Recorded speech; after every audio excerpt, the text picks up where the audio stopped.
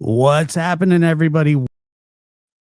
Welcome to the lab. I'm your host, Joshua Diaz, and we have a special guest in the house, one of the channel favorites. And let me bring us both in here. Thank you guys for being here. Make sure to hit that like button on the way in, if you would. And let's see here. Dr. Gary, how are you, sir? Good to see you. Dr. Gary is a forensic psychologist, and he has the largest mass murder database ever written. Along with Rocky Gergis, that we did it together at Columbia. And you're the author of The New Evil, co-written, of course, with Dr. Michael Stone, who's no longer with us. Right. And if you have not, make sure to check out The New Evil. Once again, it's a stocking stuffer. The book's enormous, so you're going to have to get a really, really big stocking to put it in. But it's, if for the interested, it would be a good stocking stuffer. But Dr. Gary, how are you? Good. The New Evil has many times, I think, quite a number of times, been the #1 bestseller in forensic psych on Amazon. But you can get it anywhere. I was also thrilled to see that Short Form picked it as one of the top 100 true crime books ever written. Wow. Which I was very good. And I'm in great company because I'm with all my heroes, Anne and John Douglas, and Anne Burgess, John Douglas, and so forth. So I think that's a wonderful thing. And I also want to thank people for continuing to view and comment on, and once in a while send little gratuities for the piano page that I have on YouTube. There are a few people that it's always the sort of the same little cluster of people that send these little tips, which are wonderful because I use them for coffee and things like that. And it feels kind of nice, like that's people's way of sort of acknowledging I guess me as a person and the work I've done on these podcasts and so forth. So it's a beautiful, and it's supposedly for the piano playing, but I think they do it. I was gonna say, you don't get that disgusting mud coffee for free that you drink? To be honest with you, I'm not picky about coffee. I'm the kind of person that would drink pretty much any coffee at this point, and but I kind of like it more primitive. You know what I mean? There's something to be said for primitive coffee. That where you don't try too hard. It's often the best. It's kind of like in New York, the best diners are the greasy spoons that have, like you get like a couple of sunny side up eggs and mashed potatoes and a water from a filthy glass, and it's like the best breakfast you've ever had in your life.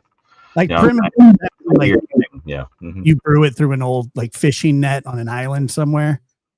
Yes, it just wouldn't bother me, but and as the years have gone on, I've gotten even more primitive. Like at this point, it's just got to be like black with nothing. Like it's just like prison coffee basically. But it doesn't trick. Well, because it's nothing that keeps you awake anymore. It's like prison coffee. So I was going to tell you because we often meander off into non-true crime on the call-in shows. I did want to say that I thought you and certainly Chris and people who have talked about the Michael Vaughn case, I think really kind of contributed to it meaningfully. You know what I mean? And I think it must be powerful to see an arrest. It has been surreal. It's one of those cases that I've followed from pretty close to the beginning, and have had interaction with Stacy, yeah, Stacy, but not only Stacy, Brandy and Tyler, the parents, and even another suspect, Brandon, shirtless, and then also I spoke with Stacy's ex-husband. Excuse me, Stacy wasn't married to a guy that I know of. Sarah was. I spoke with Sarah's ex-husband as well, and it is a good thing. The Cold Case Foundation, my hats are off to the Cold Case Foundation and Fruitland Police Department. It's the beginning of a long road. There's still a lot of work, that has to be done by prosecutors, and the investigation is still ongoing. They're still trying to find Michael. But the fact that the first domino, like we've told people, the first domino in a line of long dominoes fell, and that's really, it's going to start that chain reaction. So yes, it is a great feeling to know that there's some justice being and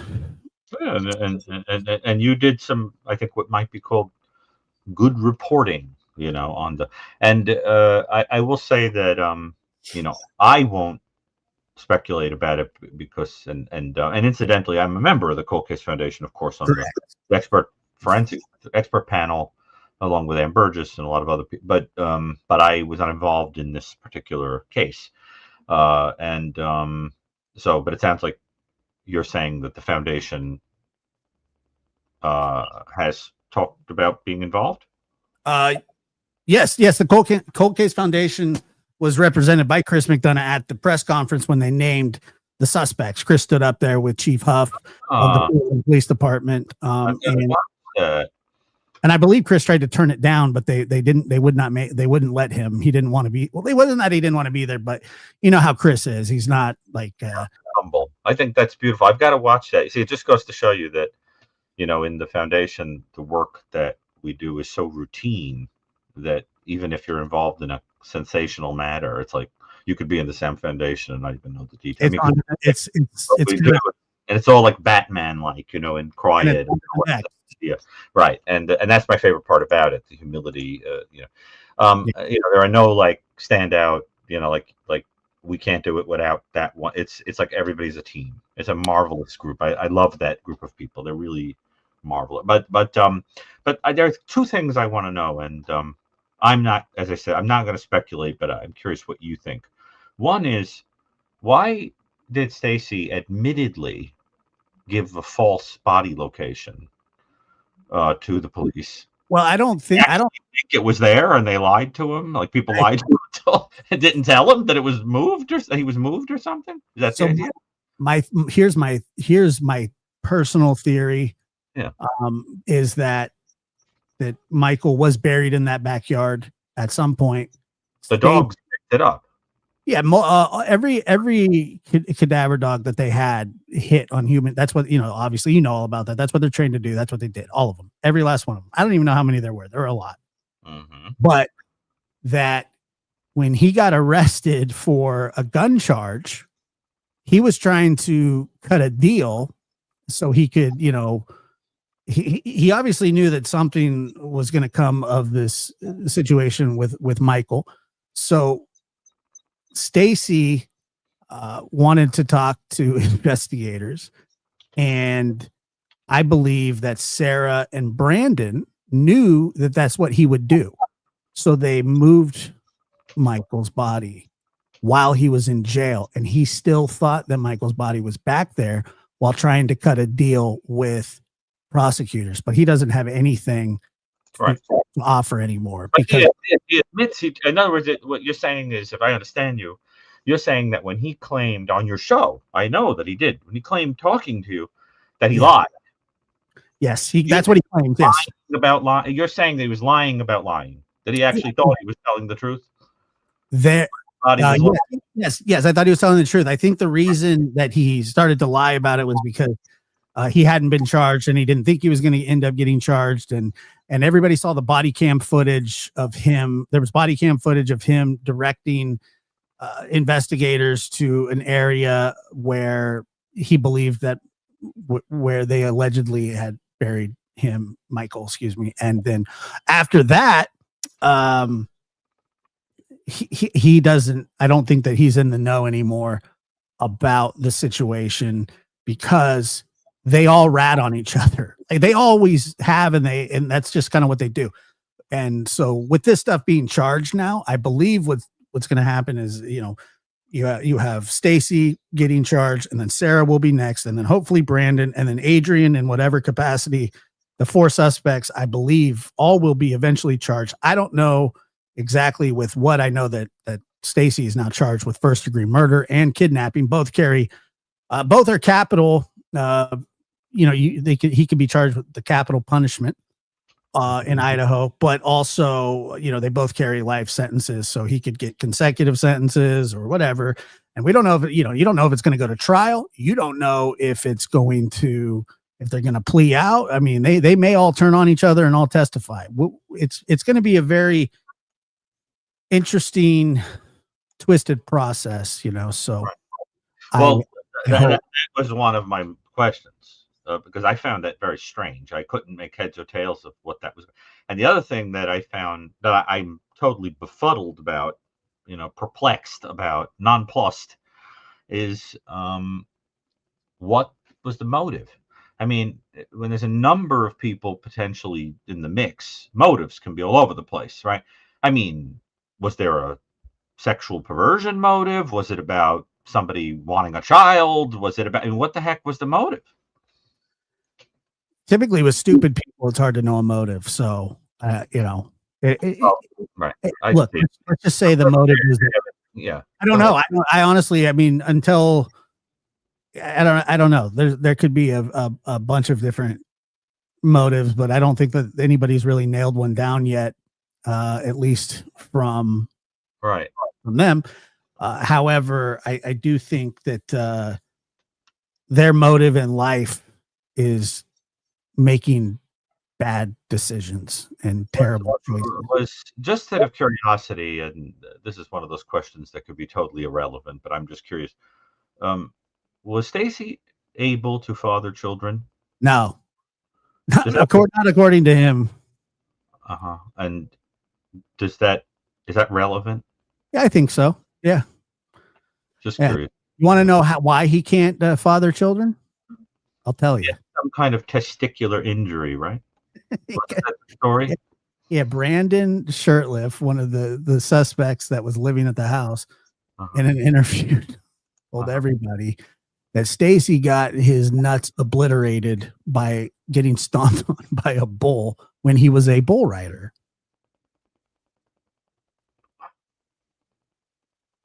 And that he was no longer able to father children because so he can't have children, because the bull knocked his nuts up into his stomach, apparently. And did the mother of did anybody want a child by him? I think she did. I'm just curious. These are things I'm trying to understand. I think so. I think that was part of it. Yeah. Very, very interesting. Well, so you're saying that you think your sense is that he thought that he was going to find a way to kind of wriggle out of being charged. Yeah, he thought he understood it in that context, but that ultimately a couple of years after that, they dug the yard up. I mean, here he is charged. Well, and he was in jail. He was put in jail for something unrelated, and then they waited till the day he was released to rearrest him. Which is can you imagine that? Like you're not knowing, you're like, okay, you're free to go, and then they stop you at the front door and they go, never mind, Idaho wants you, we're rearresting you. Awful. Well, I just think, without knowing the case intimately and so forth, I think the best thing is for me to ask questions and not speculate about what went on. But I'm just asking you, who know the case intimately, if you have some working hypothesis of what the heck happened, because it is a confusing one. But of course, when there's the abduction of a child involved, those of us who unfortunately I would think my guess, involved in cases, have theories. my theory is that let's kidnap a child and possibly sell the child, and who knows what went down and how it went down. But I don't think that they were trying to take Michael and raise him as their own. Maybe that could be the initial Right. weirdness, but I think that I'm sure that there's some sort of transactional component to it, but I don't know any of that. That's just me speculating. Was there anybody involved who is confirmed to have had any prior history of sexual assault or violence against children or anything like that? No, not that I know of, but they're very like trashy people. Like where they lived was it was like a flop house, and Stacy would let his wife Sarah, and I don't know if she was having sex with the other guy living there. And these things like about the testicular damage and everything. You know these things for a fact, or are they just? I know that's what people tell. That's what Stacy told Brandon, and Brandon said that was the reason. But he said it just like this. Let me imitate it for you, okay? This is what he said to JLR in an interview about why Stacy couldn't have children. Mm-hmm. Okay, so here he goes. I'm going to try and, because I do it better when I cross my eyes, because I think he was cross-eyed when he said it. He went, Stacy got his nuts smashed by a bull. It's so painful sounding that it precludes finding it fun. I mean, it's deeply disturbing. I mean, don't you think? I think it's deeply funny. Oh, no. I mean, there are a lot of ways that, a person could be injured. I mean, that's like Final Destination level bad. Yeah, I know. That's what makes it great. Oh God, that's so terrible. I mean, that's really awful. Oh my God. Stacy got his nuts smashed by riding a bull. Oh my God, Chris! You know what? I'm going to cancel my tickets for Christmas to the Nutcracker Suite. All right, let's moving right along. Right. So I want to tell everybody that up in the at the top pinned is the link to call in. We have somebody waiting, but they need to connect their microphone and camera before we can add them to the stream. So make sure you do that, and then we can take your call. Yeah. And but I just wanted to make sure, Josh, that I say one other thing before I forget to. Then we'll move into the calls. Yeah. Tomorrow, because you can see the it's posted tomorrow on the interview room. Chris McDonough and Karen McDonough and I are going to be interviewing the parents of Kaylee Gonzalez. Correct. One of the victims of the Idaho murders. And I think it's going to be very powerful, because as the story kind of dissipates a little bit in the media, and the attention is drawn away from it, then there's this sort of tragedy of like the real impact on the people who will never be the same, that knew the victims. Right. And there is no longer the idea that a case is about to go to court and there might be some justice or modicum of justice, whatever that means, and there isn't being on the news and talking about it and so forth, to give you something to bind it with and sitting with it, right? And I think it's going to be really powerful to give two members of the family of one of the victims who suffered terribly, now that we know the details. And I mean, it's awful. I mean, I'm not even going to say them. Worse than we thought, right? I mean, if you've read and I just think that for them to now have to go on with life, and the anniversary is coming in less than, very soon this month of the murders. The holidays are coming, and that kind of Thanksgiving thing of looking at the empty chair kind of thing, the holidays. And I feel that it's a big thing to kind of give them the opportunity to put the spotlight on the victims Yeah. instead of on this disgusting offender.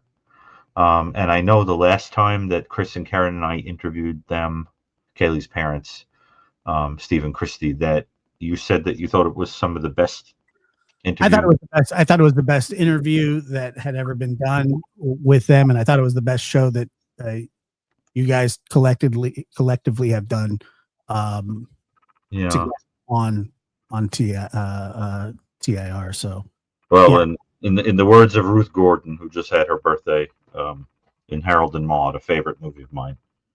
of course it is. But I love that movie. I know. Almost every member of the cast was a pen pal of mine at one point. I have many letters from almost everyone in it, and I've even met Cat Stevens, who did the score. Yusuf Islam is the name now. There's a line where Bud Cort, Harold, says to her, "You have such a way with people," and she says, "They're my species." Yeah, yeah, exactly. It's kind of like, And by the way, so the interview room that is scheduled. So go hit that notification bell, and you got to click all, not just partial, or you will not get notified unless you hit the notification bell. Same on this channel, and so make sure to do that. Somebody said that I was going to get sued for going, Stacy got his nuts crashed by a bull. I would love to sit for a deposition of that. That would be the funniest thing. I'm not commenting on it except to say that if it's true, it sounds terrible. It does sound terrible. I mean, I don't wish bad things on anybody, and that is bad. I didn't wish it. It happened. No, I'm just saying. I understand. The thought of it is horrifying. Even like the worst person I've ever met, I wouldn't want them. Really, not even the worst person. Well, because it's so painful. I mean, I can't even imagine. Have you ever had an injury there? Yes, I've been kicked in the balls before. Oh Lord, it's just so disturbing. A few times. We studied at Boston College. We studied cases in which people intentionally injure that area of the body, and there are very particular psychologies of people who mutilate people in that way. Yeah, and it was quite fascinating. But to think about how they divide up, and particularly between men and women and so forth, and the things they do to people, the symbolism of it, and the pain, and it's just, it's. I don't know if that paper's ever going to find a home anywhere because it's so horrifying. Well, I mean, look, I don't say, look, I hope that happens. It already happened to him, and I think that he's paying for past sins in reverse, so that's fine with me. I don't care. You know what I mean? Right, like taking away the ability to have children. Yes, for the future of the human race. That what you're implying? Yes, I see. Well, okay. Well, so how many people are hanging on the line? We got a couple here. We'll go ahead and start. And Adrian's the first call. Go ahead and Adrian. Okay, is that a new caller? I don't remember anybody named Adrian. I don't know, Adrian. You're on the air. Adrian. Hey guys. I am a new caller. Pleasure to meet you. Hello. I'm sorry, I was trying to do a Rocky impersonation and say Adrian. Oh, I knew that. A lot of people do that when they hear my name. Yes, like I was like a drunken pirate or something. I would never, Adrian. I would never do that to you because I'm sure that you've gotten it forever. So I'm not. Oh yeah. No. Yeah. Okay. Well, happy belated Halloween to you guys as well. Happy Halloween. I actually, as far as I'm concerned, you're wishing it 364 days early. So thank you for the early wishes. I appreciate it. It was just yesterday. That's the joke. That it's 364 days early for the next one. Got it. It is both belated and preemptive. Okay. What did you dress up as? I dressed up as a cow. Oh, any particular type of cow?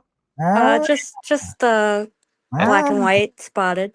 Josh thought that it was insulting to just Stallone voice and say Adrian, but he is doing a bovine sound because he dressed up as a cow. It's double standard. Unless he's impersonating the bull. She dressed up as a cow for Halloween. Her name was born with the name Adrian. And how many times you dressed up as a bull for Halloween? Or excuse me, a cow. I got bulls on the mind. That's true. This was the first time. I usually dress up as a cat. And my coworkers kind of were like, oh, so you're definitely going to dress up as a cat, right? And I was You like, notice that oh, Josh does the sound of any animal you name. So yeah, yeah, I yeah. hope you're gonna say that you dressed up as things that are a little more unusual, just so that we could get him to. Why don't you say like Komodo dragon or something? I was going to say a monitor lizard. Yes, That's really funny. you're giving me horrible flashback. One time there was a restaurant here in New York that was run by people who didn't speak English particularly well, but they were fabulous chefs when it came to various exotic meats. And the waiters would come over with these sort of shish kebab sticks, whatever, and they would spear the meat and put it in front of you and make the sound of the animal and go Oh, like, God. like oink oink, and then they started making noises that were so peculiar, like, and I was like, I am not eating gremlin. Like, what is this creature that we're about to eat? So there's something about people making animal noises that gives me flashbacks to the person going like, like I don't know what that was, but it freaks me out. Josh. Bah. Hey, Oh dear Lord. so Okay. it's not really the same. You're not comparing apples to apples here. She dressed up as a cow for Halloween. Her birth name is Adrian, and people have been giving her the Adrian thing forever. The cow thing is new, right? Yeah, that's fair. Right. So Although pipe a, down, Dr. G. You asked. a Rocky reference from Dr. G is an honor. Oh, thank you. And I can make cow jokes, but the thing is, I can't bring myself to do it to you. But I'm a big fan of puns, and You're not gonna milk it. Oh, that was good. I'm that here that for the was on my puns, you guys. that was on my list. I want you to know. I was gonna get that same one about Sure. milking it. That's pretty funny. But anyway, You look like a milker. Oh, all right. Well, Okay, anyway, what's the question? let's move along. This is utter madness. Let's move on. So why don't you tell us a little bit about what it is you call? I assume you didn't call in to talk about cattle. not specifically. Okay, all right. I mean, that's a shame. Josh and I are big fans. We love we on every live we talk about it. And it's becoming. Josh, what do you think? I think that we always Stock, end up talking a about stock cow. discussion, yes, literally livestock. So, moving right along. Don't have a cow, Josh. All right. So, what is your what?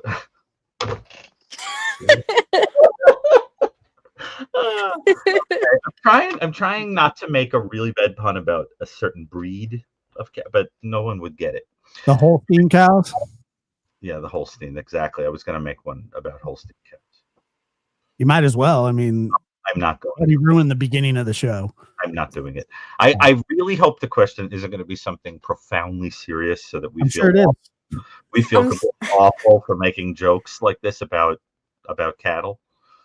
I'm so sorry that it is, but also I think the levity is great. Moving along. Ooh, that's a good one. I really like that one. That's a good one. Thank you for your. We should tip you. Yeah. We should tip you. Josh, Oh, if people tip us, is it cow tipping? All right, seriously, I'm not a cow. well, we're bull. All right, go ahead.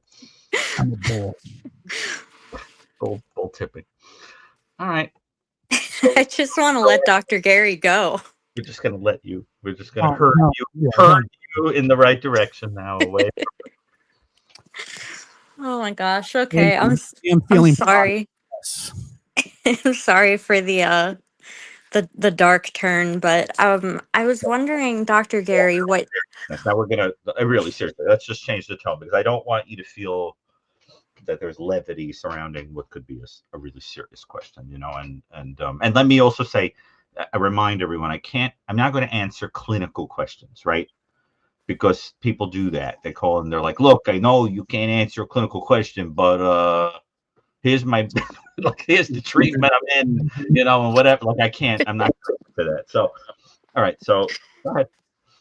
So, my question for you, I was wondering what your thoughts are on the Jessica Paget case. Mm-hmm. specifically on the stepfather in general, when I first read about it, I felt like it was really strange that supposedly he never had any prior crimes. Mm-hmm. Um, Yet the things that he did were so specifically tied to his, sexual fetish. It seems unlikely to me that that just appeared in him. He must have, like, could he really have never offended in any way before her?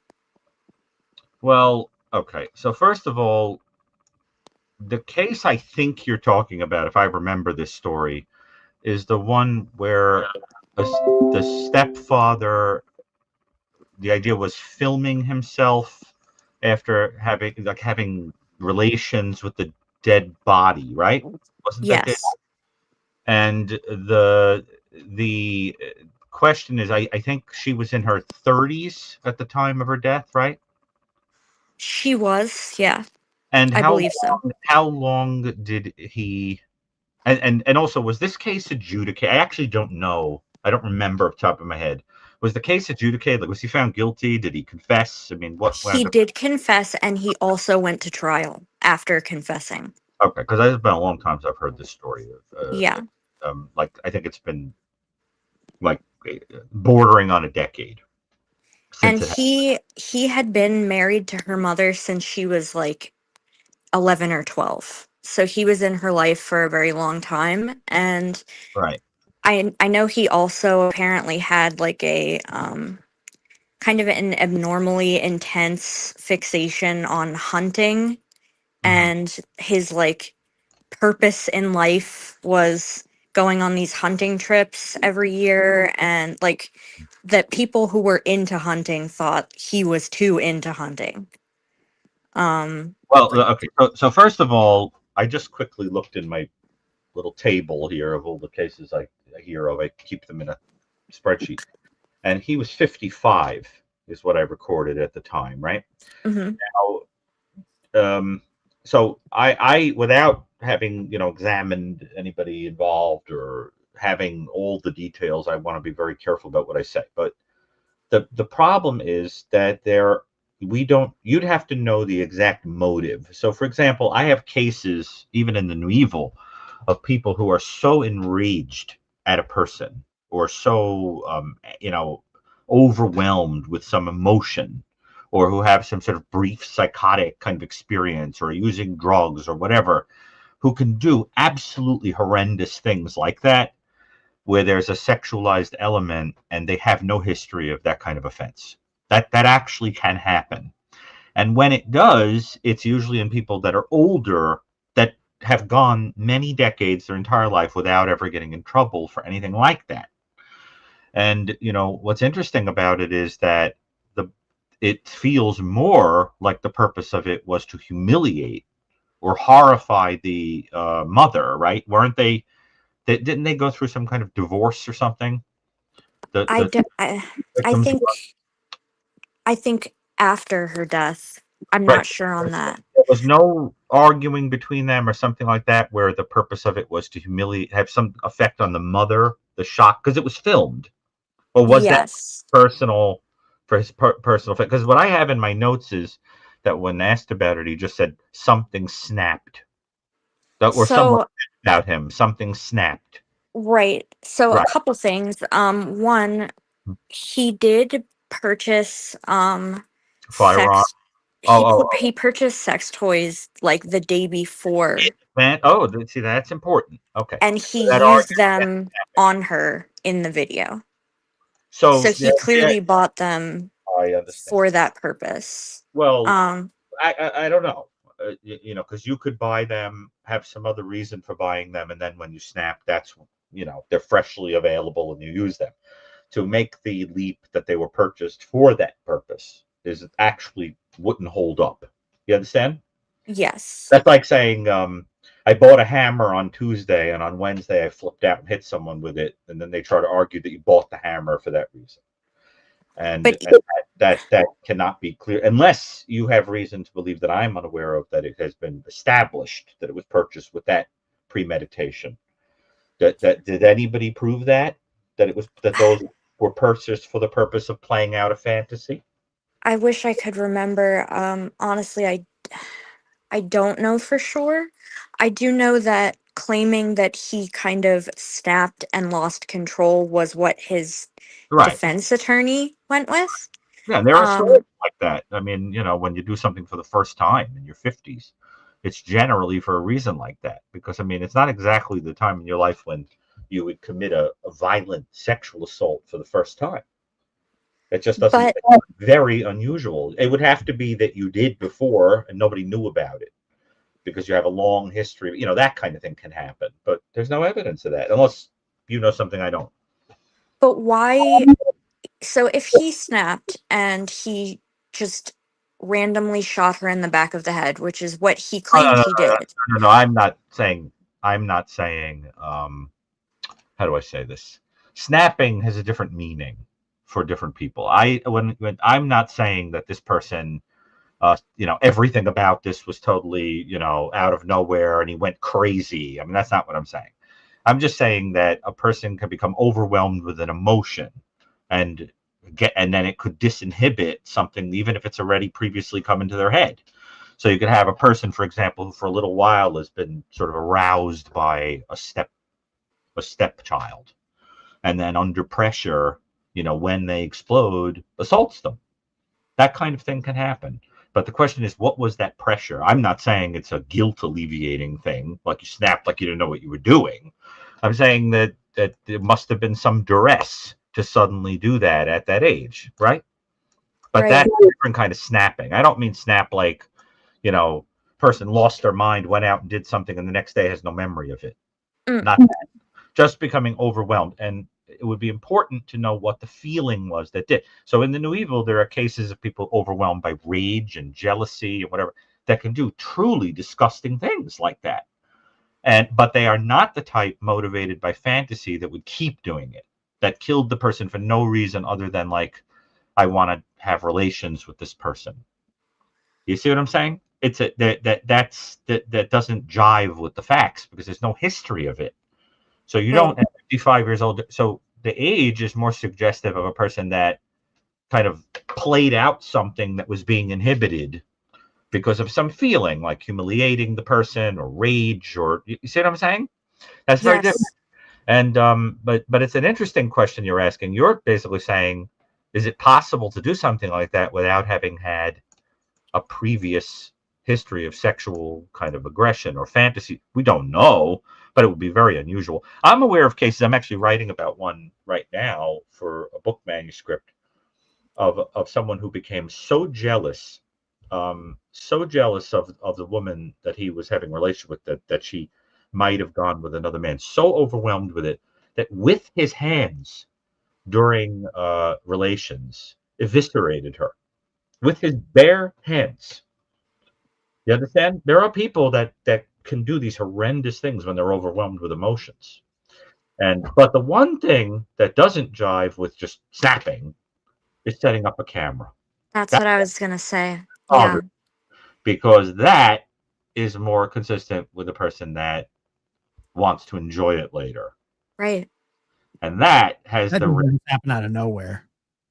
right. That doesn't happen. So that part, now that I'm sort of recalling the filming part, again, is that part doesn't jive with it, right? I mean, you could theoretically, flip out and go, you know what? Here's the camera.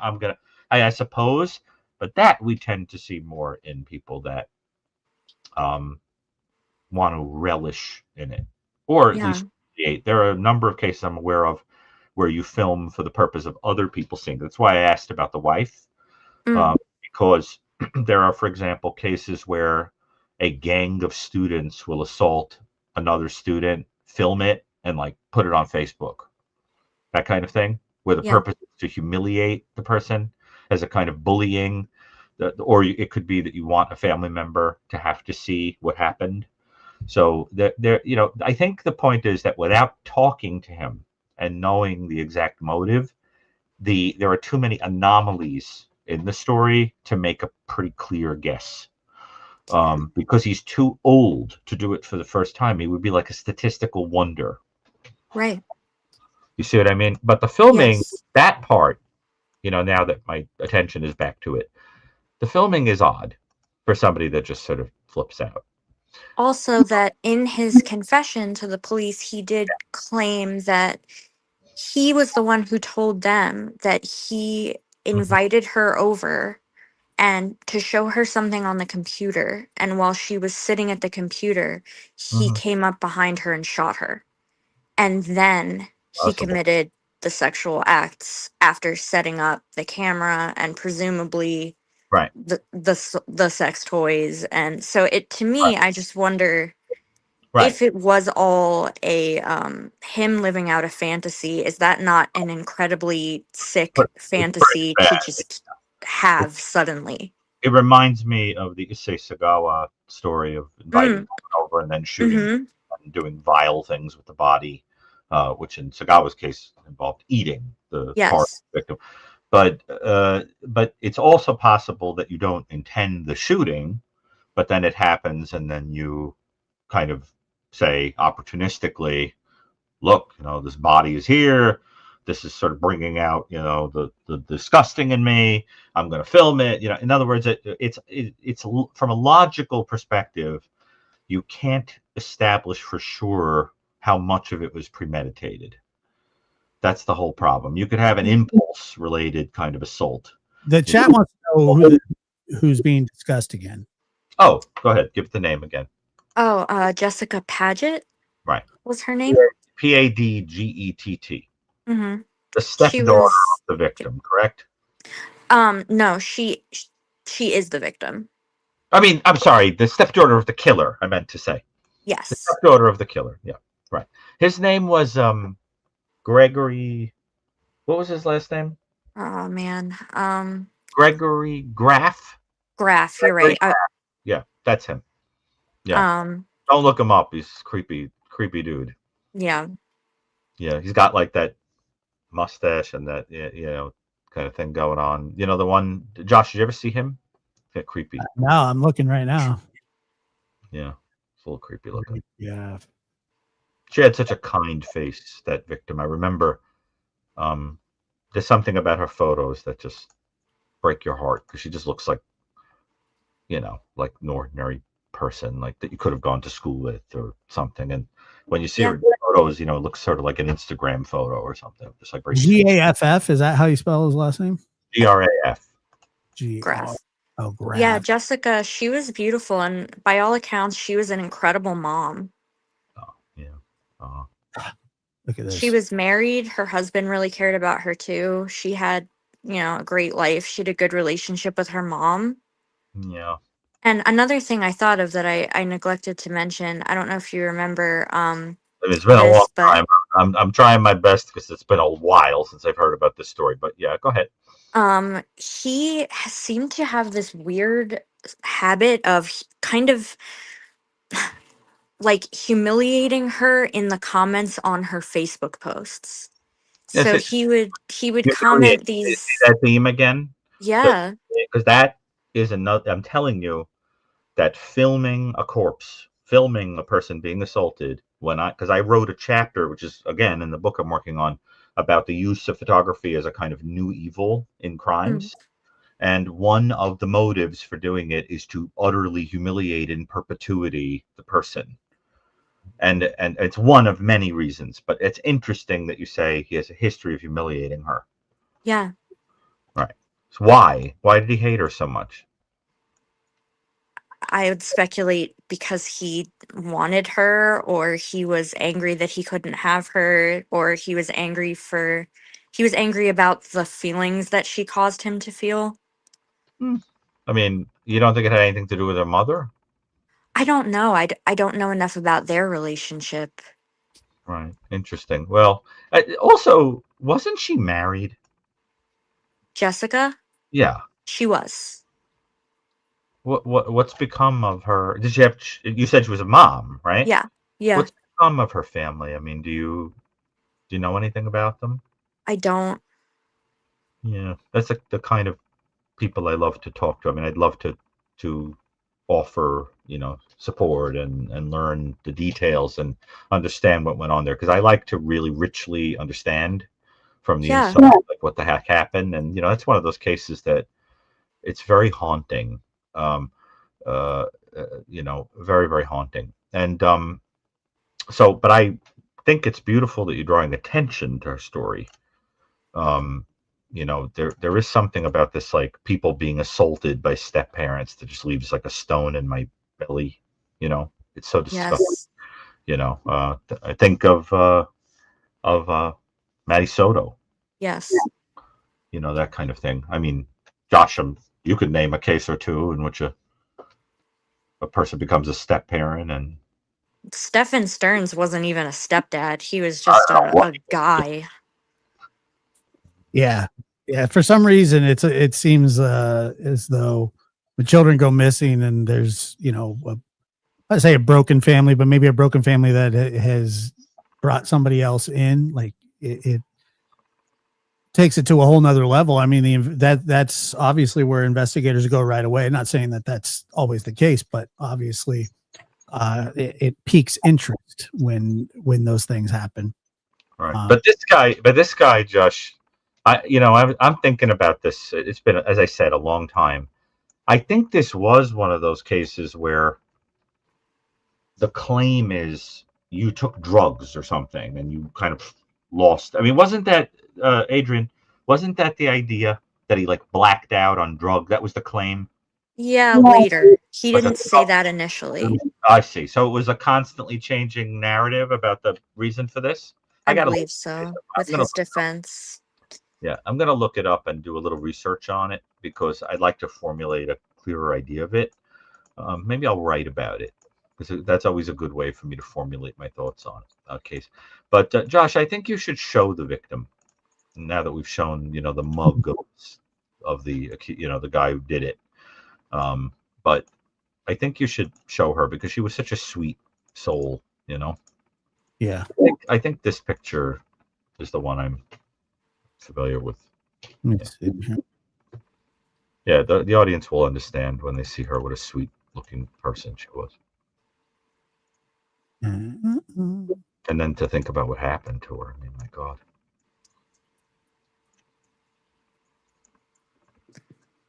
Dr. Gary, I also wanted to ask you if you're comfortable answering this, because I know it can be kind of a Oh, Lord. charged topic. Oh, yeah. See her, what a kind face she had, Aw. and that extremely rare eye color that she had. I think that's if I remember correctly, that eye color is in less than 1% of the population. And which is really, says something. She's special, that kind of thing. Yes. Her that kind of smile that lights the room up, kind of thing. Aw. Yeah, sad. So sad. Yeah. Yeah. Don't you think, Josh? Like to see how full of life she is. And Yeah, and it's always a terrible thing to see victims, after in their very happy moments in life, and them robbed of so many of them in the future. I mean, it's infuriating, to be honest. and not knowing what's coming, Correct. I remember Joan Didion in The Year of Magical Thinking. That I'm going to paraphrase her, but she says something like, that you're pushing a kid on the swing in the park 1 second before the snake jumps out of the bush, and bites you. Like it's like everything is idyllic and wonderful, and then boom, and that's the part that makes it so horrendous. Is also that you can't move past it, because there's so many people around, and you never know who to trust and look. That's what makes it so difficult for people. But Adrian, you had a question in addition, and it sounds like you were gingerly, inching in the direction of it. And but I hope it's, is it something personal about me or Josh, or? No. Okay. But I had the thought, I don't want to monopolize the time. So is it okay if I ask, or should I ask another night? I leave that to the host. Go ahead.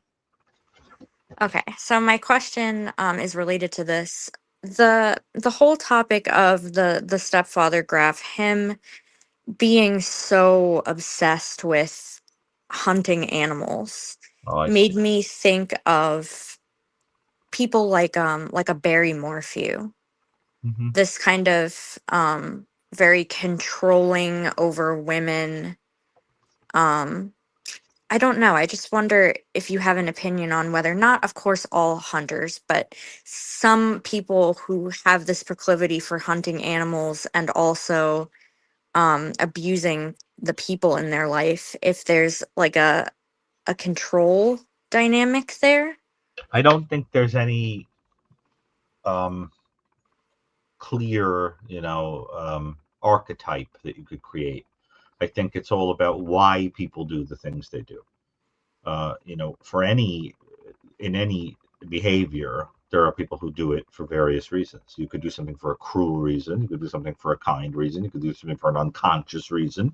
You could do it because, the stuff of your brain is not working properly in that moment or in the long term, or there's all different personality, fantasy. It's impossible to say. It's one of those things, where you have to take it case by case and know how that could be an expression. So, for example, I've had people that I've talked to where a seemingly harmless behavior was an expression of rage or some other thing for them, unique to them. You know what I'm saying? It's like Mm-hmm. I know people who are passive aggressive. I know people who, there's all different reasons for doing something. So I don't think we can make any kind of generalization. Well, I know people that hunt that are putting harm a hair on a person's head. I think in the case of specifically Barry Morphew, he was a controlling, disgusting person who happened to hunt. Right. I mean, there are definitely some people for whom some people, and this could be true of any behavior, right?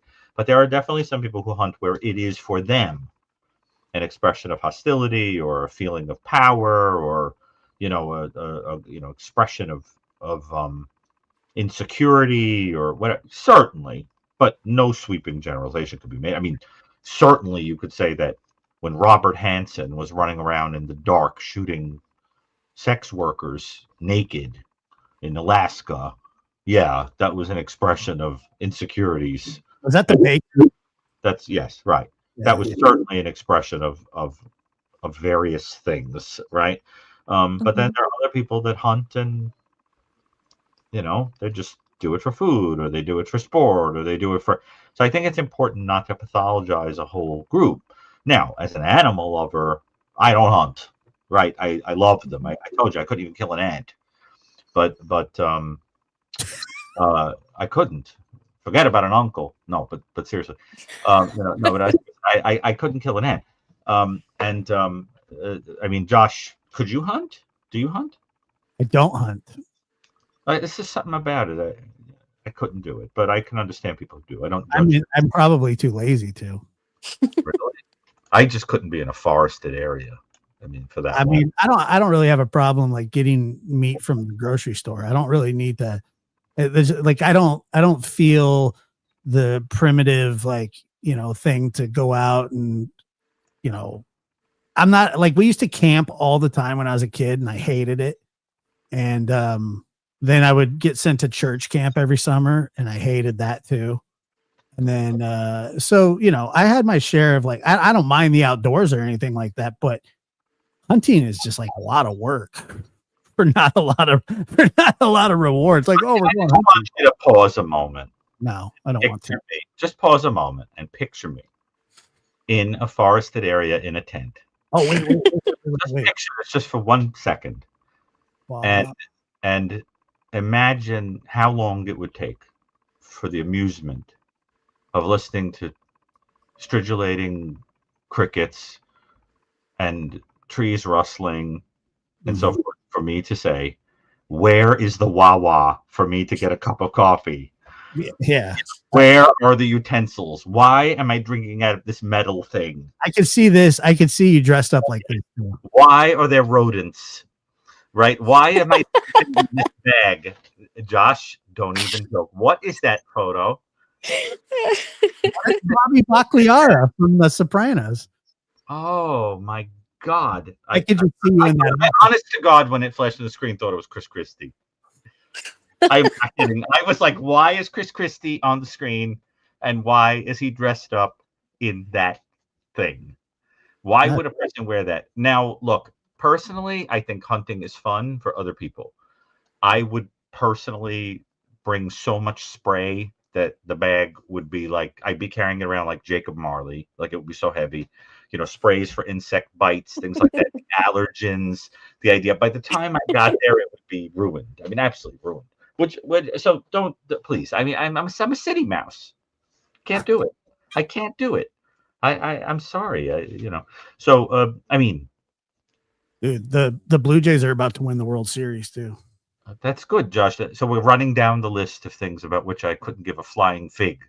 Okay, so moving along. Yeah, what else? What else you want to talk about, Adrian? No, I'm just kidding. We're gonna put you out to pasture here, Adrian. I appreciate your phone Put you call. out to pasture. And listen, I'm so relieved, to hear about the baseball game. Okay, so You are.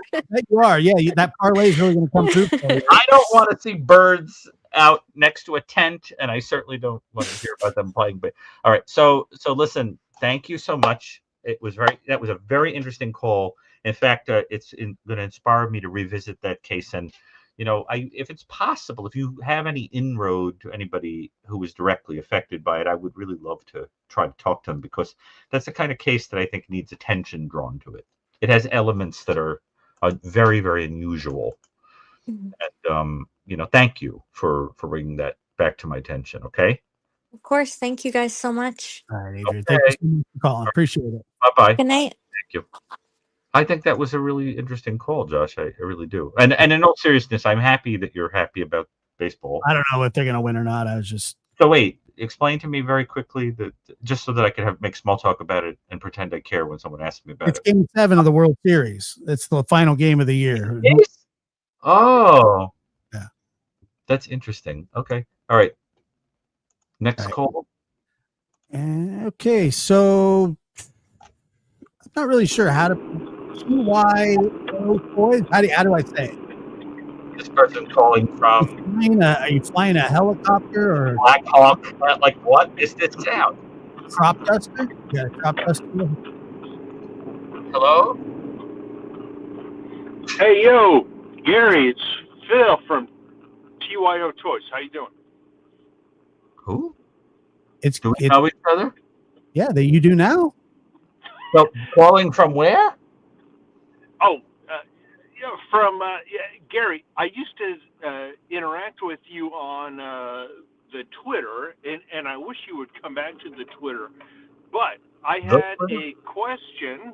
Wait. What's your last name? What is your last name? Oh, my personal last name is. Wait. TYO Toys. Are you familiar with him? No. Are you? No. But he's not saying that he used to chat with me either. I mean, listen, if we interacted on Twitter, I hope it was positive. I'm sure it was. Oh, yeah, good. No, totally. All right. Well, no, I wouldn't come back for many reasons. But there are people in the chat saying they know you.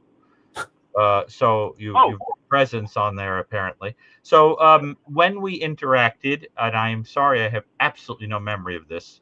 Can you tell me what we talked about? Actually, I have a new topic. I forget what we talked about. It was probably related to something on with Chris McDonough. But anyway, new topic. A wonderful soul. Yes. Who's that? Oh yeah, he's awesome. Chris McDonough. Everyone knows Chris McDonough. Anyway, new topic.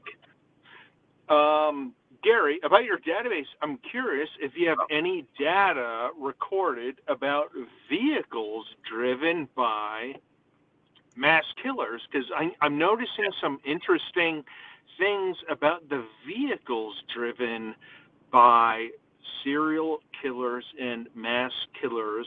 Curious if you record that in your database. So where it is pertinent to the story, yes. I can tell you that when the serial killer study was done, John Douglas, Ressler, Burgess, etc., the most frequently driven vehicle was a VW Bug. which is very interesting. And I think it has to do with the idea that the vehicle is sort of small and can get it anywhere, is sort of inconspicuous, so forth.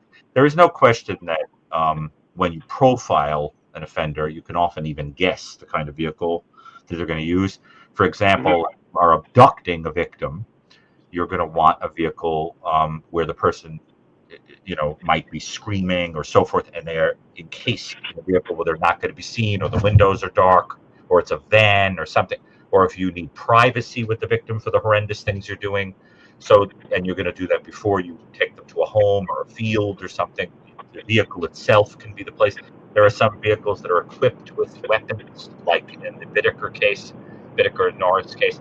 So, or in the case of Robert Ben Rhodes, who turned his truck into a torture chamber. So yes, the vehicles are very important and interesting, but the idea is that the vehicle itself can be part of the MO or the fantasy. So like, for example, the kind of offender who pretends to be a police officer to pick up a sex worker to supposedly take her to jail. But then when she is in the vehicle, it's like, just kidding, I'm really a murderer, right? And I'm going to harm you. And then everything is right there in the car that you need. So if you are that kind of offender, the vehicle has to have a certain size, or has to have compartments, or has to. So it is interesting to think about that question. So where it's pertinent, yes, that information is recorded. I have found that information to be less important with mass murderers, unless they are the type that goes on to be a serial killer. But the idea of the vehicle itself figuring into the story, where somebody is so committed to murdering that they have to use the vehicle as an extension of the fantasy or a tool in the fantasy, that's usually serial killer material. Where mass murderers have vehicles that become important is when they're going to use it as an arson, place to hide an arsenal, like bombs or fuels or other kinds of things. Josh, you're familiar with the Columbine case, right? Intimately, right? Do you know whose vehicle they drove? Well, they let me see. I believe they drove Eric's car. I think so, but I don't want to say it wrong. It was And Eric's it wasn't that it was like strapped, like they left it with the idea that it was supposed to blow up or something. The car wasn't supposed to blow up, but they parked it. I believe it was like the east parking lot, Right.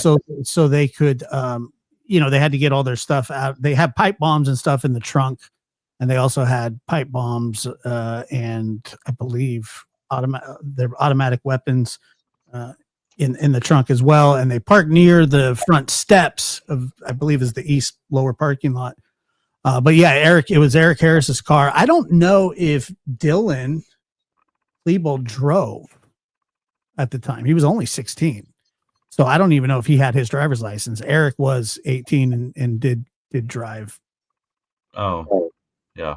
By the way, Phil, are you the person who on Twitter describes himself as a mechanic? Is he not there anymore? Hold on. I don't know. Hold on. I've actually been featured in the popular mechanic. Yeah. I do remember. Magazine. I do remember you. And okay. Well, we did have pleasant interaction. You were one of those people who, when somebody is attacking like a bulldog, you jump into the fray and comment to help out. Like to bite at the ankles of whoever is. If I remember, you would add to the thread in a supportive way, right? Which I appreciate. Did I? I don't know if you can point it out. Like, send me a link. How Well, come I got rid of it, but I remember that thinking positively of you. That's how I remember you. how come you don't defend me on Twitter? What happened? TYO Toys. Why don't you defend me on Twitter? I just remember that name, and don't you have eyeglasses? I feel like Sylvia Brown. I've never had glasses. I could have sworn I pictured you with eyeglasses. I feel like Sylvia Brown, Josh. I really do. I got to get those Wolverine nails. Mm-hmm. Honey, you got glasses? No, Are you a mechanic? No, but you are a mechanic. Am I vaguely remembering this correctly? Wow, I'm mostly like a web designer and photographer. Oh, send me a link to where you are so I can remember who you are. I think I do. I just don't want to. I don't want to miss you. Am I hallucinating? Is there a cat with a hat on its head on the screen? Yes. Okay, thank you. I just hallucinating, and there's a with cat. reality here. Okay. I do me a favor, Phil.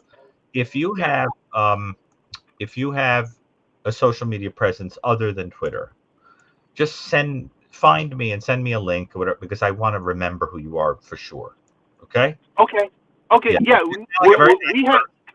We actually had some positive interactions on X, and I kind of miss you on there. But okay, I've got one extra vehicle question. The guy Richard Allen. Oh yeah. Convicted. We know him from Delphi. Right. Although I don't talk about I do not discuss Delphi as a rule. Okay. The people who discuss Delphi are a special subspecies, and I don't want to interact with them. I know. So we are going to say I don't discuss it because it brings out a certain heat. Why do you think he's not on Twitter anymore? I know. I know. I get it, Gary. But okay. Just you don't have to comment on him, but his vehicle was a Ford Focus. Mm-hmm. And can you compare that to any other mass killers in history? I mean, he's not a mass killer. Okay, let's assume he was a mass killer. Let's assume Delphi was not his first. I'm not sure I'm not sure he killed them. That's what I'm trying to say.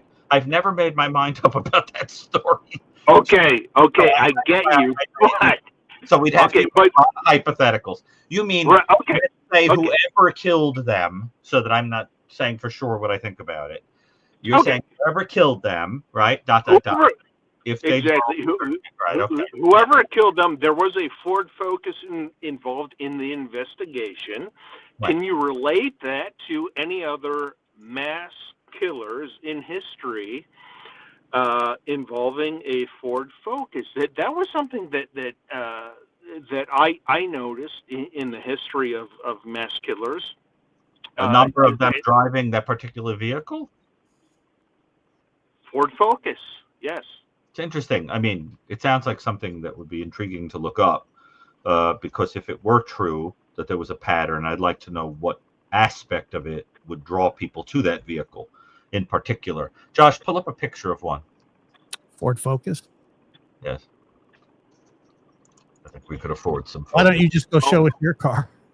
Well, it's a very famous case. Phil, do you drive one? Yeah, Gary, do you drive one? Is it a hatchback? No. I always drive Jeeps. Yeah. No. Oh, you drive a Jeep? Yes, I'm a Jeep person. I've always driven Jeeps. They're my favorite. I'm actually a Mitsubishi guy. He used to be a Honda Civic guy, but I've never driven a Ford Focus. But so that kind of. I noticed that I put a bookmark on the Ford Focus, but very famous mass killer. I think some of our listeners may be noticing what that may be in reference to. I have no idea. I only know that, I mean, it's complicated. Like, so for example, there are things that become false connections when it comes to statistics, right? So like, for example, if someone said to me, in what state are you most likely to be killed by a serial killer? The answer would be California. Yeah, because it's so big. Yeah, it's got the most cities. Exactly. And that's why you're less likely to be killed by a serial killer in South Dakota. That's the least likely state to be victimized by a serial killer. So in other words, you have to understand like that's just because there's a kind of relationship doesn't mean that it's causal. So for example, there was a study years ago that everybody always talks about in psychology classes when making the point that correlation is not causation. that they did a study that found that people who had more frying pans had higher IQs. Now, this is not because there's any relationship between having frying pans and being intelligent. It had to do with the factor that people with higher IQs tended to be more educated and have more money. And as a consequence, we're more likely to have more of something than a person who doesn't have the money to buy an extra of something. Or so it's all about, like, even if there is a link, what's the meaning of it? It doesn't necessarily mean anything. I can see a VW Bug having a practical purpose. Right, but I mean, the Ford Focus is probably one of the top selling vehicles for the last. That's what I'm getting at with the California thing. It's probably just a common vehicle. It is a very common vehicle. Right, and for that reason, there could just be an accidental, like something that gives the false impression of a connection. It reminds me, Josh, of Lewis Black when he was trying to teach this point about logic, and he said, you know Lewis Black, right? The comedian Lewis Black, yeah. And he said, it's like saying Hitler had a mustache and Mother Teresa had a mustache, therefore Mother Teresa was Hitler. Well, this is his humor, but the point is, I've never heard that before. That's what he said, But now that you mention it, wow, it's offensive all around, right? But to Mother Teresa, yeah. But I mean, who cares about offending the other one? But I just think it's one of those things where you want to be careful not to draw a conclusion based on what could just be a meaningless artifact, like statistical. Right, Gary, I totally agree, and I'm going to reveal what I was referencing. Yeah, going with this, you must be aware of a case where somebody drove one. So, what is the case? Well, there was a guy named Israel Keys pulled over in his Ford Focus, right? Yeah, and arrested. Mm-hmm. Yeah, that was the vehicle, wasn't it? That he pulled over to the ATM where he got photographed, right? Yeah, it was a rental too. He didn't even own the car; it was just a rental. But all the more I seem to notice, like, some of these vehicles. Yeah, very common car. VW Bug was a very common car. One of the most common cars. Ford Focus, one of the most common cars bought in the U.S. It's just kind of interesting, and I hope someone is keeping kind of a tally on some of these vehicles. Right. Well, I mean, I've seen the incidentally. In fact, I have a photo of it. I've seen Ted Bundy's Bug. His 1968 VW. I know that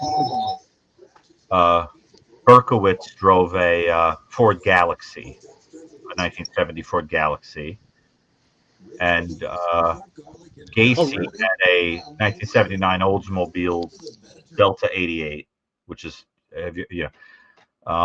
Manson used to drive an old 1930s Dodge Power Wagon. Joel Rifkin had a Mazda. You see what I'm saying? They're all over the map. What they drove. You understand what I'm saying? And in your database, Gary? Like, yeah. No, this is not the mass murder database for Columbia. This is just my own record. But like Ed Gein had a sedan. He had a Ford sedan. I'm interested in that too, but I don't see a pattern, in their vehicles. I really don't. I certainly know of a number of them that used vans. That's different. Like sometimes the car is practical. Like, for example, remember John Allen Muhammad and Lee Boyd Malvo? They were going around shooting people in like Washington's Beltway. Remember that whole thing? Hobby Lobby. Remember that whole thing? Not Hobby Lobby.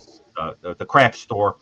Well, they were driving around in a Chevy Caprice, remember? And that was because they were using the trunk as sort of like a nest, like a sniper's nest. You know what I mean? To shoot at. Like the kid would get in the back and fire out of the trunk or something. Like sometimes the vehicle figures into it. But my understanding, there's no clear pattern. I only know that in the serial killer study, which I think was 37 cases, if I remember correctly, that the VW Bug was favored. And that could be for a few reasons. Maybe it was something as simple as the cost. maybe it gave a certain vibe of, I'm comfortable picking up hitchhikers. Maybe it was easy to park all over the place. For Bundy, it was, he liked that he could take the seats out. He took the seat out in the area where it was so that you could fit a victim's body. There's all different reasons. So, I think it's an interesting point. I just think, again, like correlation and causation are very different matters. But anyway, so but it's very interesting to talk to you, but it's bothering me that I thought I remembered you, but you said you didn't have glasses. The person I was thinking of did wear glasses. So, but I do remember you being a mechanic. So I kind of got you mixed up with someone. He doesn't. Oh, you may be thinking of Joel. Do you like Joel from Surviving the Survivor? He's got like glasses. I know him very well. No, I've been on his show many times. Well, not many times, a few times, but no, I certainly know him and have met him and his family. So okay, no. and also I do remember the DC Sniper, they called it, with the Caprice. Yeah, that was a wild time. I remember working. Yeah, Chevy Caprice. Yeah, right. Yeah. No, Gary, we got to put that in the database. I hope it's in your database. These vehicles, it's just interesting. The makes and models. Yeah. Of these vehicles, I find that there may be some interesting connections to be made from that data. Where I think there's an interesting connection is that a lot of psychopaths are very visual. Right. For example, there's a very high relationship between left-handedness and psychopathy. That doesn't mean every left-hander is. Don't take me the wrong way. But this has a lot to do with the dominance of a different hemisphere than is usually dominant in the average person. And such people can be extremely visual.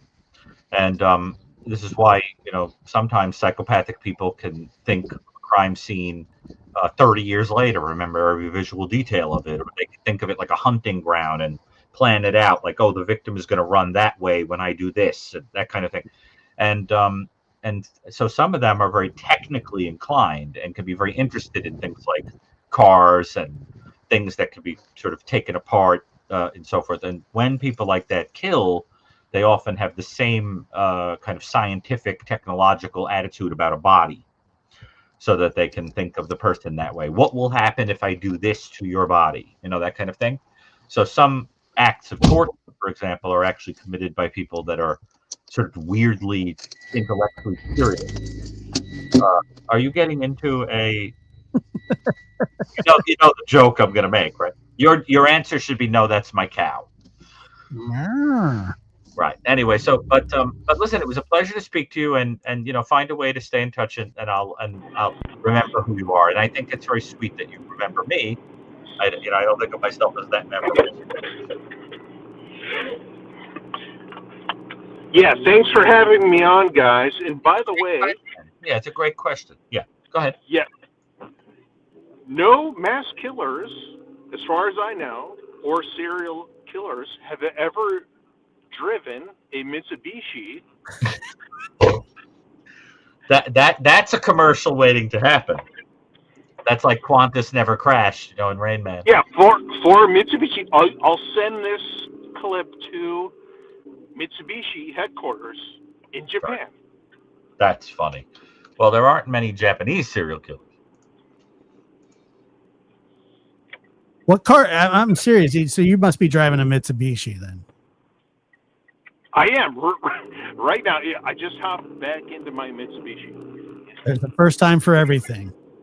Well, I'm going to look to see if I have recorded anywhere if anybody did drive one, because I do, in terms of serial killers, I certainly do keep track of the vehicle when it's known, because I do think it's part of the planning sometimes and so forth. Where it's relevant, I record it, but I will do a search of the term, of the language of the database to see if there is anyone who ever did, since you seem to have an interest in it.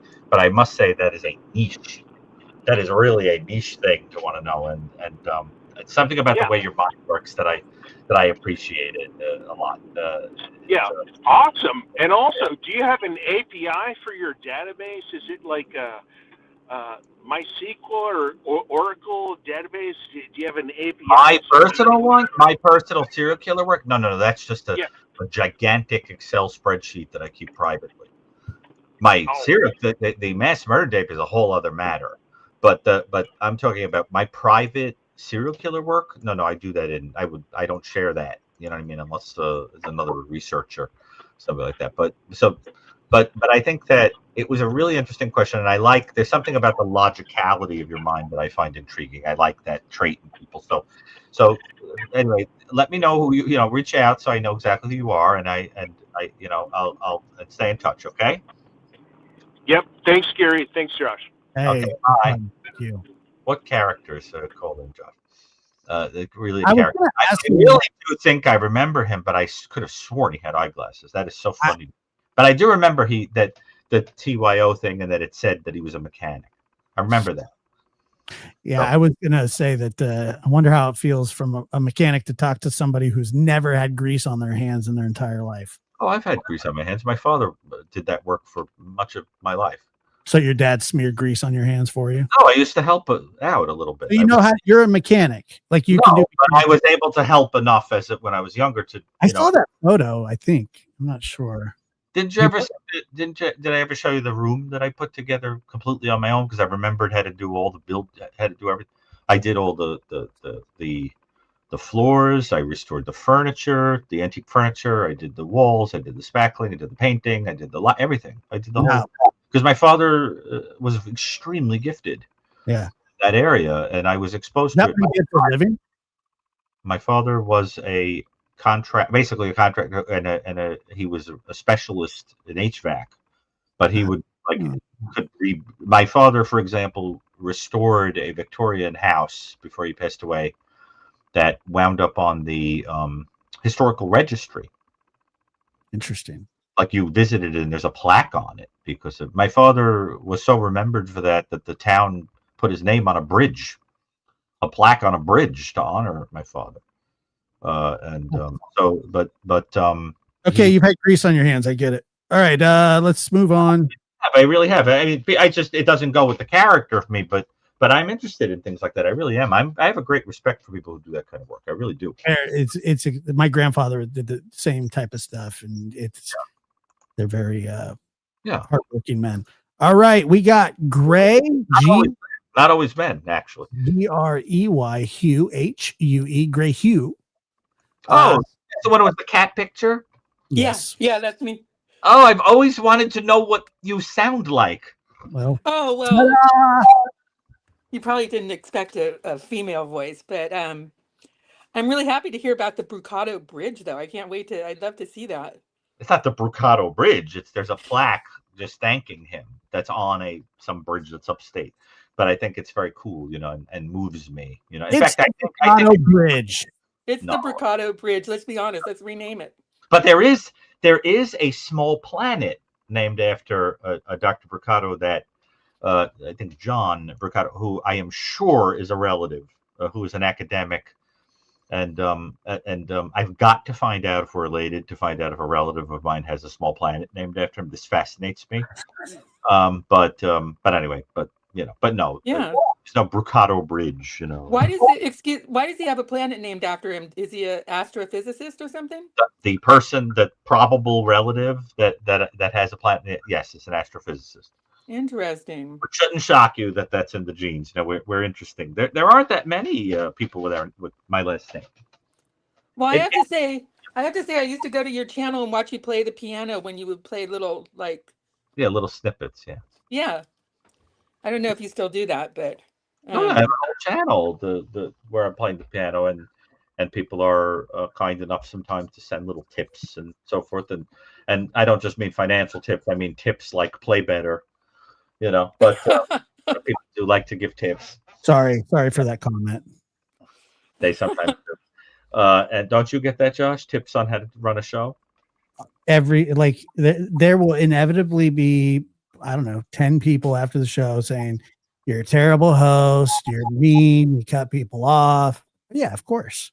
Yeah, And by the way, I'm all those things and do all those things. he is You not. people, I don't see that. I think sometimes you're very polite and you want to tell me to shut up. He's a sweetheart, and we all know it. He probably wants to tell me to shut up a couple times. If he had like an eject button, I'd be in a lot like that Dr. Evil button. I do I'd mute be you roasted. sometimes. Yeah, Okay, Doctor, I'd be dead. I'd be I don't roasted. mean to interrupt you, but I have a question for you I have about. to, otherwise no other way to get to. How dare you talk over somebody? Sorry. I want you to. I don't. I want you to. Please do. Okay, so here's my question. I don't know if you've heard, I'm sure you've heard about these bodies that they're recovering from Houston, like from the water, from Yeah, the yeah. and they've also had them happen in I think Chicago and Austin, Right. I And believe. And they don't make any sense. Right. well, Exactly. there's a detective actually I know. who, do you know about the Smiley Face Killer Network? I So know tell all me, about it. Yeah. okay, so of course you know about it. So that's what I wanted to ask you about. Do you think that that is what it is, or do you think it's not? It's complicated. Again, this is one of those things where it's like correlation and causation are different. Until there's more conclusive evidence, it is impossible to say whether at least some of these are just suicides or accidents or things. This is the same thing that led to the hysteria that there was a New England serial killer recently, right? Where they were finding all these people in the water. Remember that? They were finding these people randomly dead or floating or old bodies from killings years ago. And they said there must be a New England serial killer. But it was a mixture of suicides and unrelated homicides and things like that. So there's something going on where it's like once your attention is drawn to a type of case, then the news plays up every case that's even remotely No, similar. yeah. No, I'm aware. And I'm telling you that until there's more information, I just think they may be unrelated. Okay, but okay, can I ask you one But I thing am about that aware though? of the whole smiley face. Yes, go ahead. Right, because it does seem like it would be like if you're somebody, Could be, but I don't I know. mean, just to I get am drunk people, aware of it. it would Yeah. be an easy way to kill somebody without having to use a lot of extra stuff, right? You get them really drunk and then you just sort of, you even could make them drink more and then you just sort of easily drown them, right? I suppose so, but I mean, there's quite a lot of work to as the mechanism of eliminating a person. I'm just saying there are a lot of things like this that happen where it looks like there's like this spate of murders that have similar features or whatever. But until you have more conclusive evidence, they could be a mixture of intentional murders, accidental deaths, suicides, and so forth Right. that are just clustering. And you always want to sort of take the Occam's razor kind of approach to things until there's more conclusive evidence. Problem is that when bodies are floating in water and so forth, it becomes very difficult to get a sense of really what the heck happened to a person. You see what I'm saying? So, but Yeah. I am agnostic about it. Let me put it to you that way. But I am certainly have a bunch of people who ask me about it in terms of reporters and people that are just kind of interested in it and all that. And I just keep saying that you have to be agnostic about it until there's more info. I don't know if I'm ready to connect any dots at this point. But how many have there been at this point? How many bodies at this point? Oh gosh, I don't, you would go ahead and ask me a question I don't know the answer to. That's what I'm here for. I don't know. Something I really don't know. I just saw this And detective cow punnery. My cow punnery right, Josh? Yeah, I'm your cow piery. Yeah. Yes, I'm here. Yes, I like that. Oh, that was a good pun. That was a good one. I like that one. Very good. Very good, really. Anyway, but maybe you could find. I'm trying to Google it for you. Hold on. Mm-hmm. I mean, I don't want to take up your time though. I mean, I know your time is valuable. Well, I saw some numbers in the chat and I thought it was an answer to the question, but people are telling us the score for the baseball game. Yeah. It says that they've recovered 20 in 2024 and 24 more so far in 25 in this year. Mm-hmm. So 20 last year, 24 so far this year, compared to 9 in 23. Mm-hmm. So that is, I mean, it's a little bit of a jump. It's interesting, but again, once your attention is drawn to a type of case, you start paying extreme attention to anything that has even a little feature of that, and then all of a sudden it looks like there's a spate of connected cases. That happens sometimes. I know, because whenever there are cases that are thematically linked, I'm exactly the kind of person that either law enforcement or some private investigator or or news agencies reach out to and say, do you think there's something to this? You see Right, what of I'm course you are. Yeah. So that's what happens. Sometimes there's just a feature that makes it look like there's something in common. Right, right. You And know? that detective, that retired detective who says that the cops don't want to talk to him because he's a retired detective, but I guess he has a bunch of detectives that he works with, and they think because of those smiley faces or whatever that are graffiti, but that's the most common graffiti you find everywhere, right? So it's not necessarily connected to that either. They just think it's a whole network of people like all through the world doing this. But Right. that's crazy, because I mean, if you have that many people that are doing something, someone's bound to talk at some point, right? It just sounds like a conspiracy theory kind of, but like, just imagine, just as a thought experiment, imagine there was a really, really horrendous, I don't know, mugging where somebody was left very injured on the streets of Manhattan. And then a reporter went into the files of the police department or something and found, like, I don't know, 40 muggings within a certain number of weeks. Every one of them would wind up in the newspaper because there would be this story like, oh, maybe there's a serial mugging. Look at all these, all the unsolved ones, whatever. Right, right, They're routine muggings. I mean, this is New York. You know what I'm saying? right. It's the way that And do you remember the expression, there's a broken dream for every light on Broadway? Did you hear that expression? Well, it's a famous New York expression. And I remember when I was a kid, Mad Magazine had a parody of Jeopardy. And the joke was, for every light on Broadway, there is a blank. And the Mad's answer was, a guy in the alley with a knife. Well, that's sort of the way New York was for a period of time. I mean, muggings were a thing. You know what I'm saying? Like, Right, I've been mugged. right. I've been mugged. Of course, if you know anything about me, you can bet that after I was mugged, I said, do you need anything? Are you Wait, okay? you got mugged? Oh, more than once. This is New York, bro. So wait, how did you get mugged? Did you get like punched and someone took your? Why are you laughing? You sounded like such a tough guy when you said this is New York, bro. He's New York, bro. Come on, bro. No, but seriously, I got mugged. How you doing? How you doing? Like Say at that guy. gunpoint? Well, no, it wasn't it wasn't gunpoint. No, but I was definitely the first time. First time, it was more than one.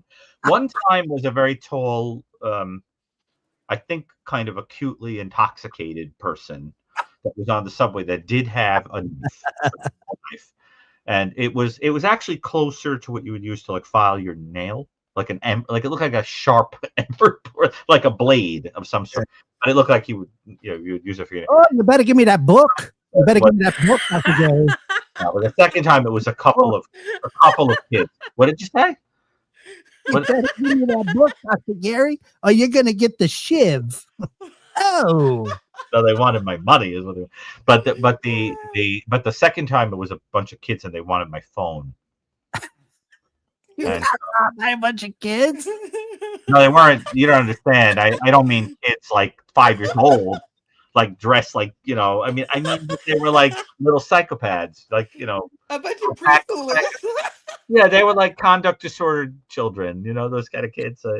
Those kind of kids, and I wanted to say, like, remember that scene in Analyze This when he can't take it anymore and he starts beating the crowd and he's just like, stupid, antisocial, conduct disorder, psychopath, life ruining. You've been, that's how you sort of feel, because but I don't know. I just kind of think of it like I didn't get killed and these were just objects.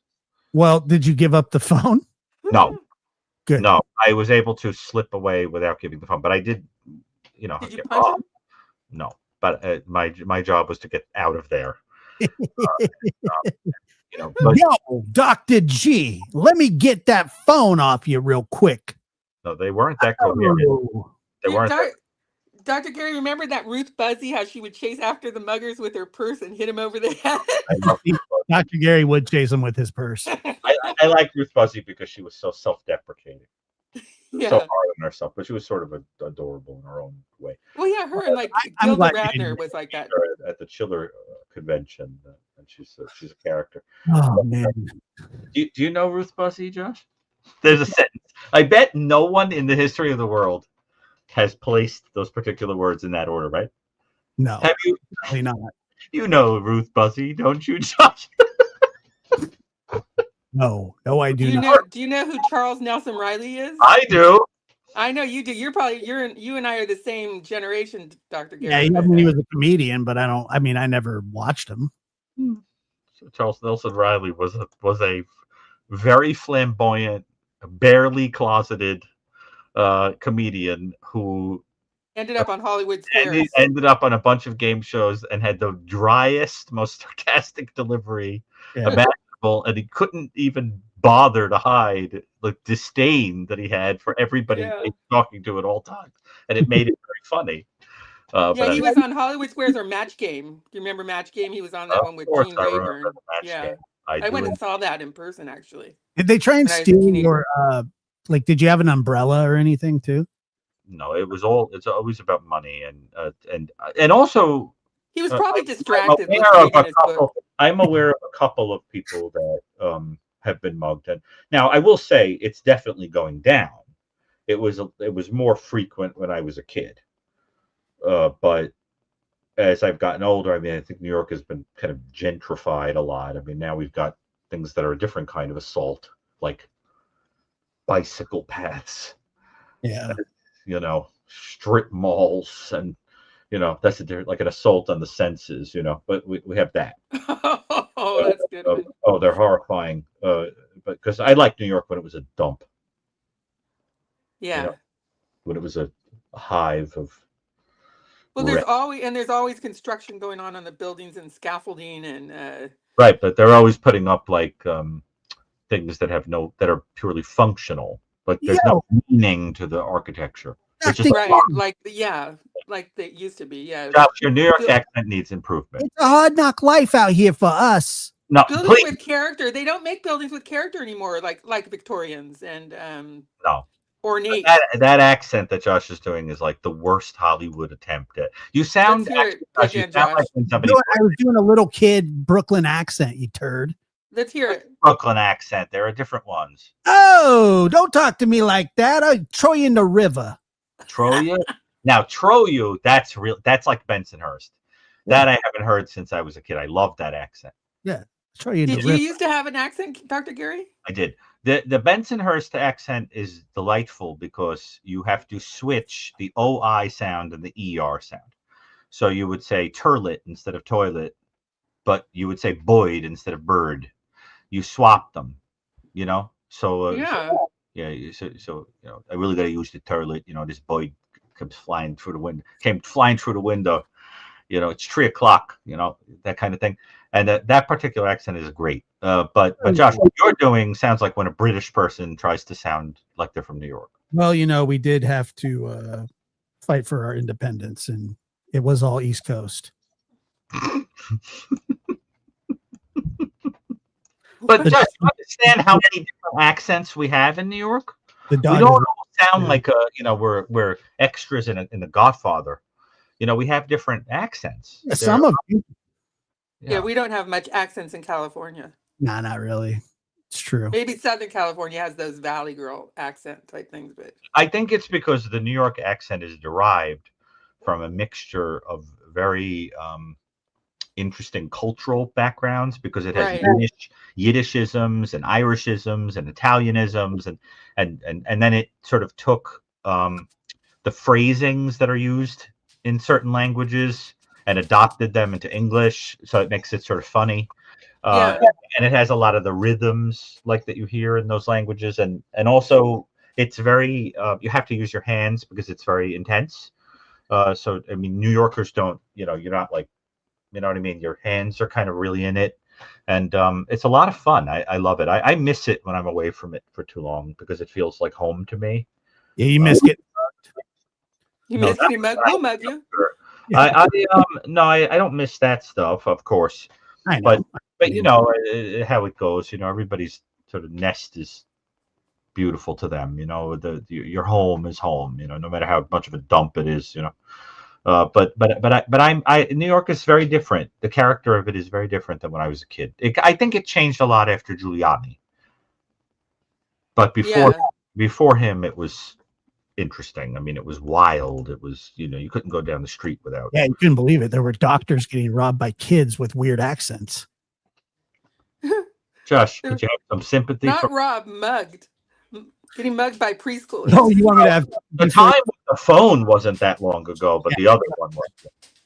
Yeah, because when did it was when I had one of those like kind of flip phones. So what was that, like 2000 and what? Like 3, 4, like around there. Yeah. Or BlackBerry. It was one of those. I missed BlackBerry.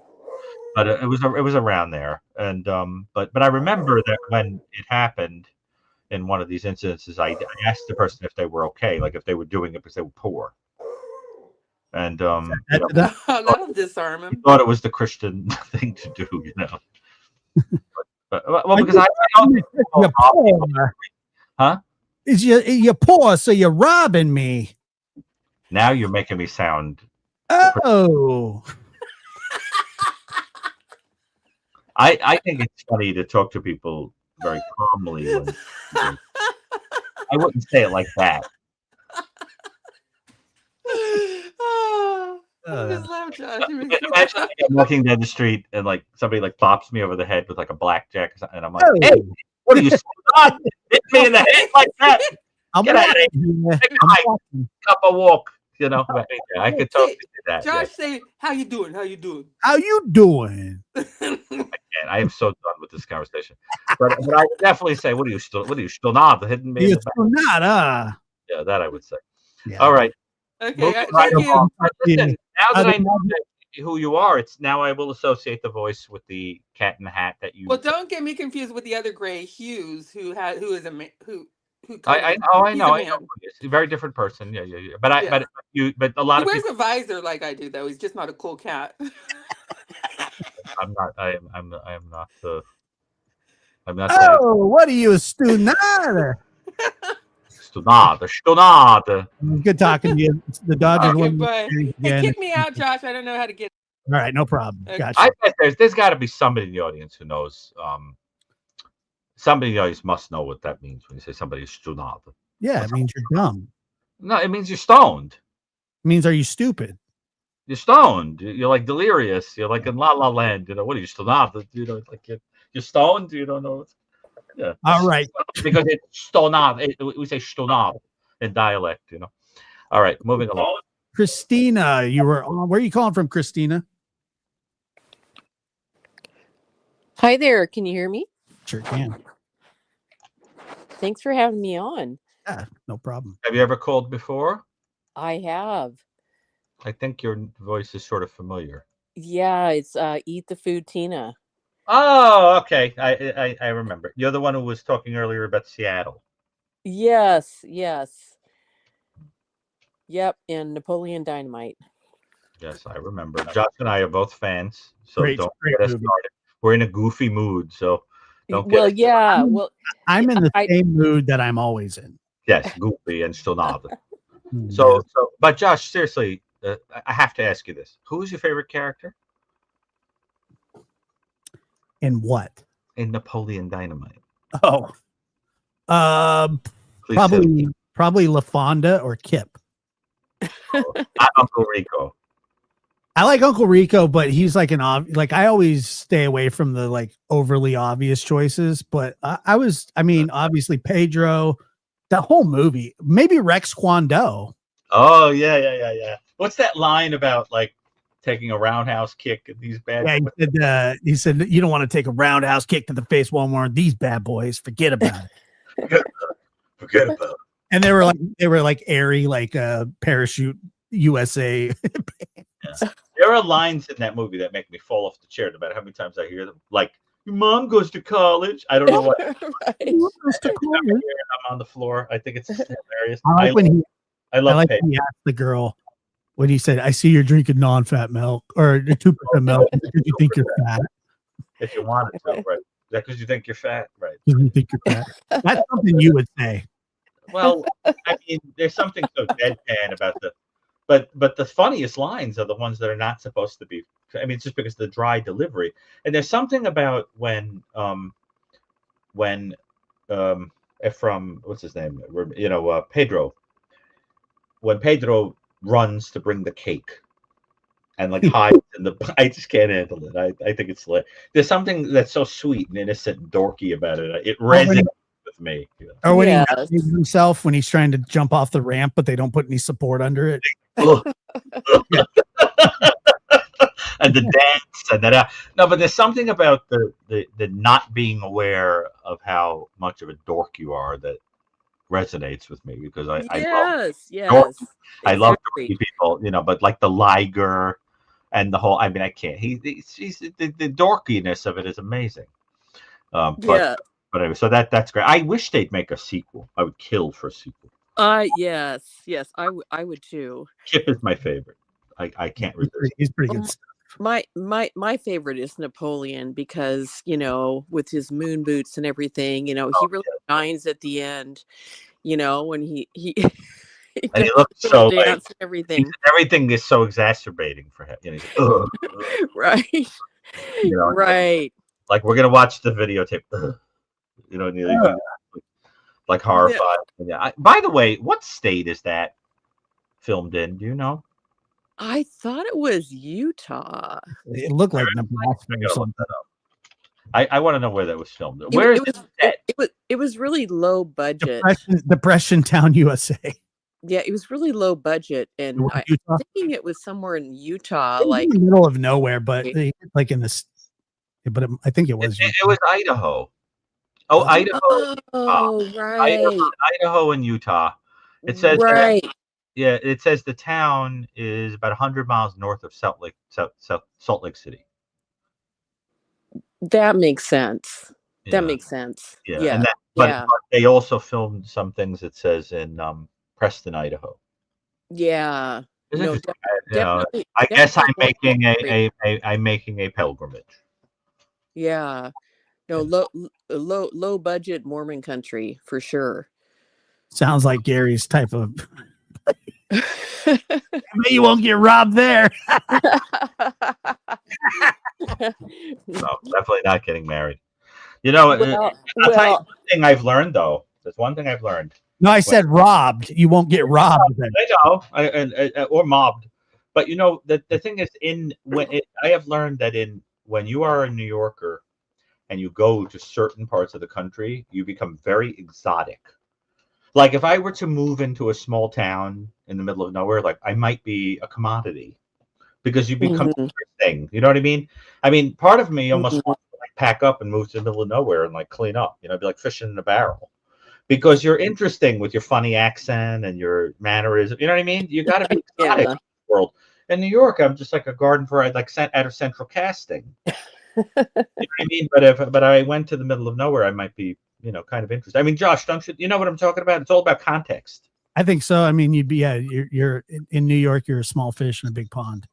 Exactly, but you go to the middle of nowhere. I mean, I remember one time I had to go to an interview for a college, and they were so laid back. It was out in the West Coast, and I showed up with this totally black outfit on. I looked like an undertaker, and they held the interview in a football bar.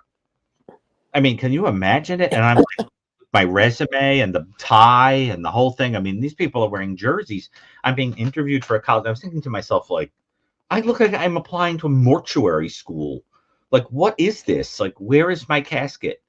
And you know what I'm saying? And that was never going to happen. Yeah. It's like when you walk in on the dating site, say date, and the minute you walk in, it's not going to work because you don't match. I do not belong here. Have you ever done speed dating before? What? Have you ever done speed dating? No, although, but some of those people make you wish you were on speed. I mean, are you kidding me, Josh? I mean, have you ever done dating from people you've met on the internet? No. Never? Come on. No. Never met somebody from a dating site. Oh no, not a dating site. No. But on Instagram or something like that. Yeah. heaven. Oh yes, I've done that too. But meeting on people from dating site. I mean, it's like it's you don't know what you're going to get. I mean, and you have to understand because of who I am. I pull for people to talk like that. It's like you could build the HMO for the date. I mean, they start telling the story of their life. You know, the next thing you know, I mean, it's like, you know, you're there to have a hamburger, and before you know it, you've heard the whole story of their life. You know, I walk out and I'm like, listen, I'm really sorry about your uncle, and you know, stay in touch. And I hope the catheter comes out. Hi, it was a pleasure. You know, like what? So you know, I don't even bother. The catheter comes Yeah, out. I'm done.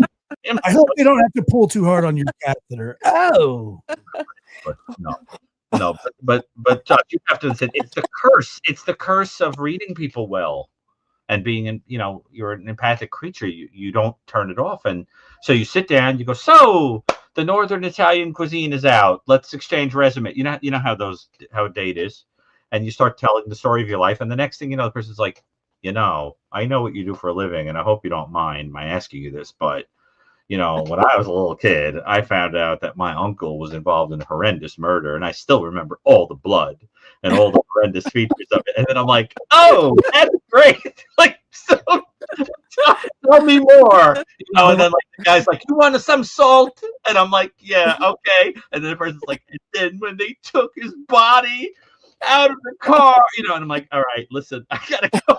Remember when Woody Allen is like, when he's I gotta go. My raccoon is hepatitis. well, you should counter with the story about when a bunch of little kids robbed you for your phone. Well, see, that would be an invitation. But in all seriousness, You think you got it bad? I got robbed by a bunch of kids on a train.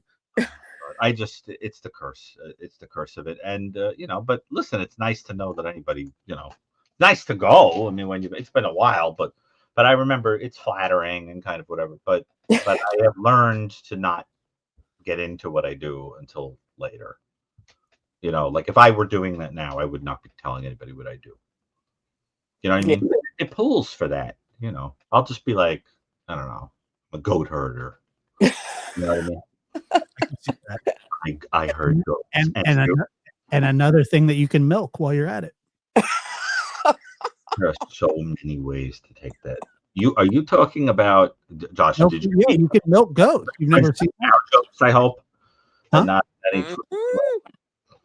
All right. Well, moving right along. I assume you didn't fall for that lunacy that we've engaged in. And so what is it that we can do to help you? Well, you can't do anything to help me, but I just appreciate you're both looking extremely handsome tonight, and are very, very, very funny. I mean, Yes. you're just cracking me up. I It's mean, a formaldehyde. Yes. It's all the grease that he had on his face as a kid. And Josh, what's your story? What I've never been robbed before. No. You're getting complimented. Oh, thank you. I appreciate it. I don't know. Like I said, you're both very handsome and very funny. So I mean, that's why I tune into you guys all the time. Thank you. Oh, I see. Well, I hope you stick around even when we're old and withered. When our jokes have waned and there's nothing left except our dulcet tones and our catheters. Oh my! Another sentence I bet has never been uttered before. Uttered. There's no cow joke. I bet nobody's ever uttered that sentence. Right? Utter that sentence. Love us with the catheter. And nothing remains but our dulcet tones and our catheters. Oh, all right. So seriously, I'm coming up with such an image. Mm-hmm. That's what I'm here for. So how can we help? Well, I don't think you can help, but I'm curious to know what you think. A couple of questions about following up on what you said about Japan, and then also that it's rare for there to be serial killers from Japan. Right. And they are special. It's like when there are serial killers, they are something else. Yeah, well, I'm curious. My son has lived and worked in Japan for several years, and I just love it there. I mean, everything is so clean, and people are so kind. I mean, it's just almost over the top. The most fascinating places in the world. Yes, yes. And so I'm just curious, besides culturally, what do you think? Well, and the fact that they, gun control and all that there, what do you both think is the reason that you said serial killers are very rare, and what about mass murderers too? Is that Where also true? that's first of all, mass murder by gun. It happens in various places, but that is like lopsided towards being an American An thing. American thing, right? And there are murders Yeah. of other types, particularly with blades, that do happen in Asia, but it's usually in China that they happen, Mhm, and the mhm, motives are very different. I mean, mhm. serial killing in the Western world has changed very dramatically from the 60s onward to have a much more sexual, misogynistic tone to it. Mhm. Culture has changed. There were a few exceptional cases throughout history where people were sexually perverse and so forth, but you could count them on a couple of hands, and then it was just an explosion of it in the 1960s. Right. But in Japan, the serial killings that have existed there, they've been, they're a couple that have that quality. I mean, we talked about Sagawa, although he didn't kill there, right? We talked about Sagawa with the kind of bizarreness. I mean, for God's sake, he became a food critic after he became like a kind of anti-hero in the public for being a cannibal. Mm, Sort of mhm. there's a wackiness to to these stories of these offenders, and that I can't really explain it, but the expression of domination and control is going to be very tied to what is valued in a culture. So, for example, if a culture is very misogynistic, that's going to be a common expression of control, Right. right? But if a culture, values, I don't know, uh, physical appearance, then, there might be an emphasis on disfiguring people, that kind of thing. The stories in the Japanese serial killers, though, there's a color to them that is very unusual. And But why is unclear. I would have to think about what it is in the Japanese culture that's being reflected. It does seem to have the quality of like when a culture is very inhibited, that when Mm, act mhm. it can go in the other direction, like a complete zany, over the top, outrageous, because it can be like the release of steam, kind of thing. In the United States, everybody is emoting all the time. We think we have the right to emote. I mean, Right. it's very hard for an American, for Yeah. example, to understand that there are a lot of cultures in which, like, you wouldn't tell off the teller in the bank for shortchanging you $1. You like Mhm. be like, thank you very much, and leave. Mhm. It's a very American thing to think that you're entitled to just tell your feelings all the time and be mad. Now, I was raised by the kind of people who I think are a lot more Italian in their sensitivities. And the way I was raised was that if somebody brought you the wrong meal in the diner, you just politely eat it. Mhm. You know what I'm saying? You don't go like, Yeah. excuse me, could you get Celebration. over here? What's wrong with this? I was asking for the soup. You brought me, we would never, we would just be like this. It was delicious. It was best I ever ate. And then when they walk away, you're like, Right. crap, but personally, I think it has something to do with the culture and the level of inhibition in a culture. Mhm. That's why I think Victorian times are like the perfect setting for these outrageous, over the top crimes, because it's the letting off of steam in a stuffed up culture that makes the offenses so interesting and such a contrast. Interesting. Mhm. And there are very few things I love as much as a fog draped, Victorian murder story. Mm. You know, don't you love those, Josh? No, Yeah. I don't like fog that much. I just mean the classic Victorian gaslit street. The Yeah, like Scotland Yard type stuff, Sherlock Holmes. yeah. Wait, Yeah. hold on, Josh. If I bring something up from YouTube, will you show it? Probably not, but you can try. It's one of the funniest things I've ever seen in my life. Could you please put this on? Sure. Well, All right. so so many wonderful stories from the Victorian Of era. course. But this is honestly one of the funniest things I have ever seen, and I hope Josh. Oh no, but I don't think you could show it because they curse in it. You're not allowed to air it if it has curse words, right? What is it? They say BS, but like they say the word. I don't care. Would they block you for that? No. Okay, then I'm going to show you this, and I'm going to tell you what it is. So there's a movie.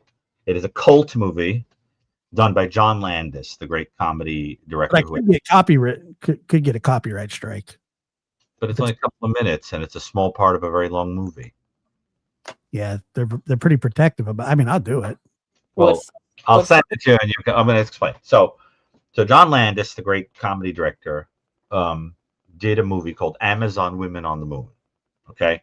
And the point of the movie is that it's supposed to be that you're watching this really stupid sci-fi movie late at night on TV, and it keeps getting interrupted by commercials. And every commercial is a skit in which like everybody who was famous at the time the movie came out is in one of these skits. It's a who's who of Hollywood. Okay. And there is one that is supposed to be a send-up of those crime shows where they ask like true crime questions, and this guy who's supposed to be like Robert Stack comes out and proposes that Jack the Ripper and the Loch Ness Monster are one and the same, and they do a reenactment. I have to tell you this. They do a reenactment, and it's called BS or not, right, instead of Believe It or Not. And they have literally a gigantic plesiosaur dressed up in a British outfit picking up a sex worker, and she goes like, "Oh, come on, and he's like, "Rrr." It's the stupidest thing I've ever seen in my life, and now I have to send it, and Josh has to show it because I'm gonna have to watch that, or at least watch it later. But this is it, and I hope this is the scene because I love it so much. Yes, it is. Josh, could you possibly show this? Just the audience's amusement. Oh my God, do I love this? Hold on. And you're going to want to watch the movie because it is hilarious. Well, I also want to say that, you, Dr. Gary, you said you love Ruth Buzzy, but you're kind of young to appreciate Ruth Buzzy, aren't you? I know all things about random pop culture. Well, you're an old soul, that's for sure. Yeah, like if you mean at the bottom of a shoe, yes. Okay, so Josh, I love this so much. No, Foul. Wait for it. Lost continents, myths, and monsters. We examine these mysteries to determine, are they bullshit or not? Is that what you want him to show? No, watch the whole skit. All 3 minutes? London's West I'll tell you when to stop. Here, in the winter of 1888, a series of bizarre and violent murders occurred, which remain unsolved to this very day. Just wait for it, Josh.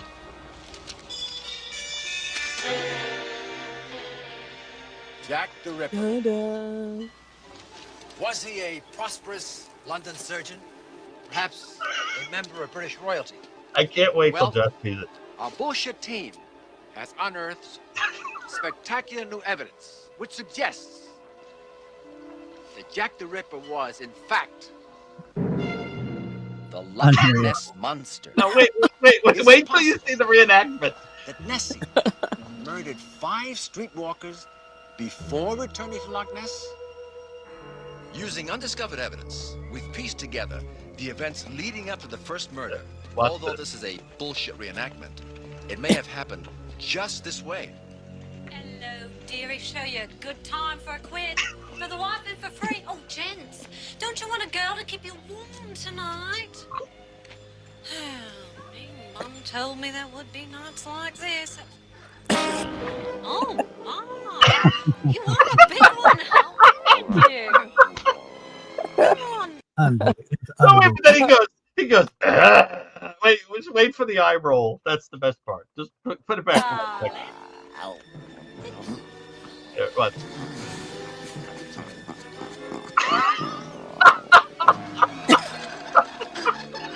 I'm sorry, but that's funny. You know, I don't know what to tell you. Mind you, I don't did not see that. I did not see this for a one quid coming right for here. the It's hilarious. I love that movie. office. It's like a work of You genius. are a big one now. Oh my. Yeah, the eye You roll. are a Well, they could be the same person.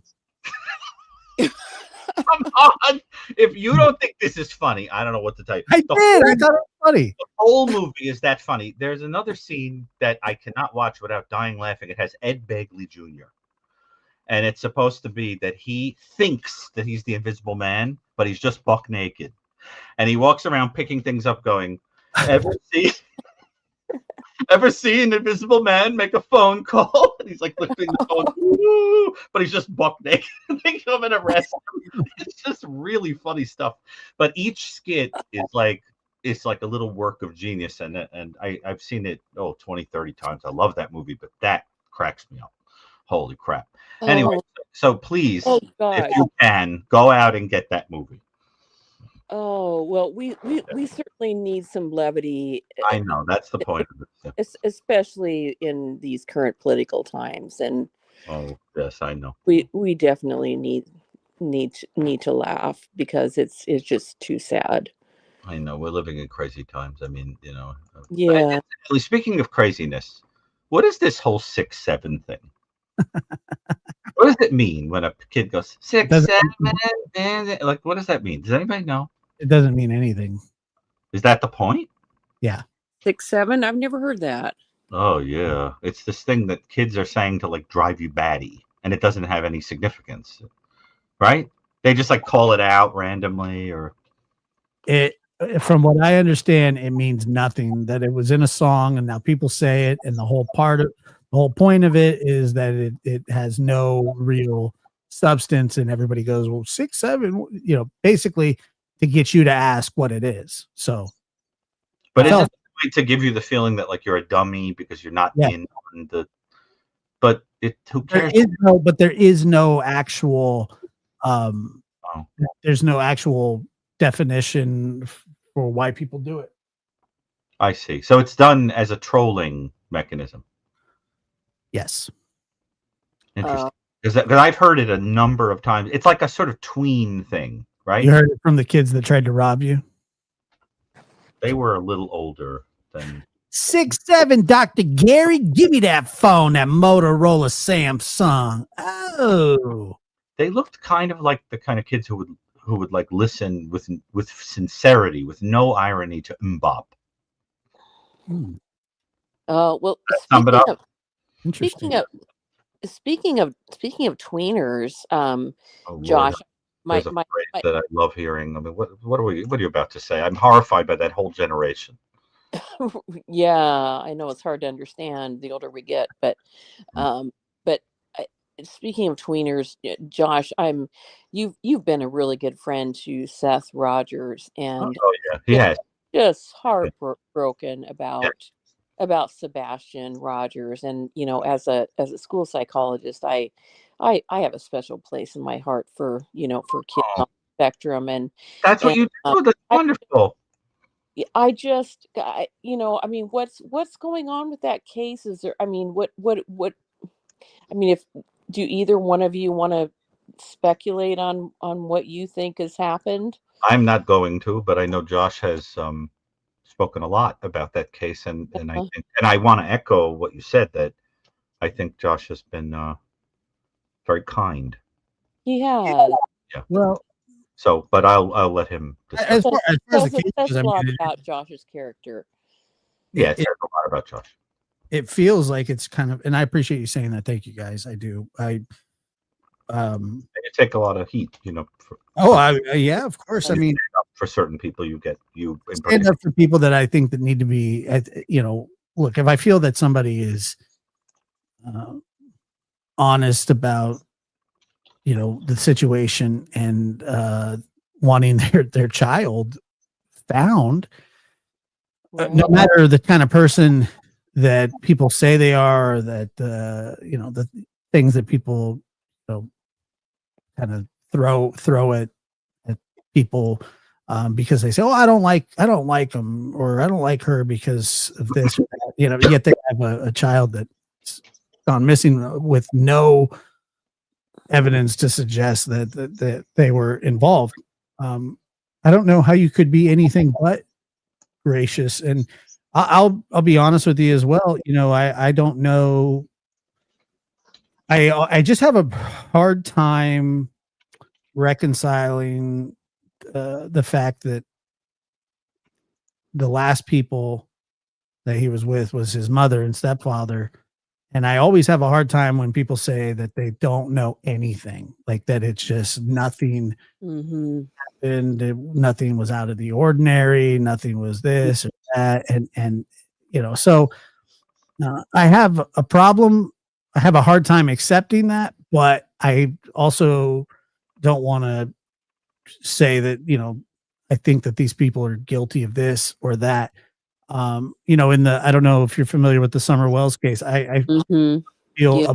a lot different about that because of, first of all, how long the case has gone on and all the things that I've Right. seen and heard. And um, I have a lot more issues there, but I do think that there's always something to it when a child goes missing out of one's home. You know, there was a case called the case of Dylan Redwine out of Colorado, Durango, Colorado, I believe. And, you know, he was forced to go see his father by a court order when he actually begged the judge to not make him go. And it was over Thanksgiving. Oh.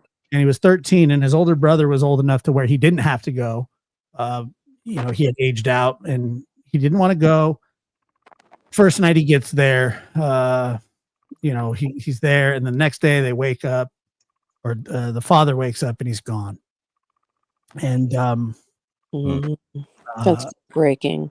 and then, you know, I remember the mother, she dragged him all over the place trying to get answers out of him. And she said something very telling to me. And I wish that, I'm not saying that this goes for all these cases, but what she said was, he was with you last. You were in charge. He was in your care. Where is he? What did you do with him? And he says, I don't know. There's nothing, you know, I don't know. That's what he kept saying. Like it was just disappeared, you know?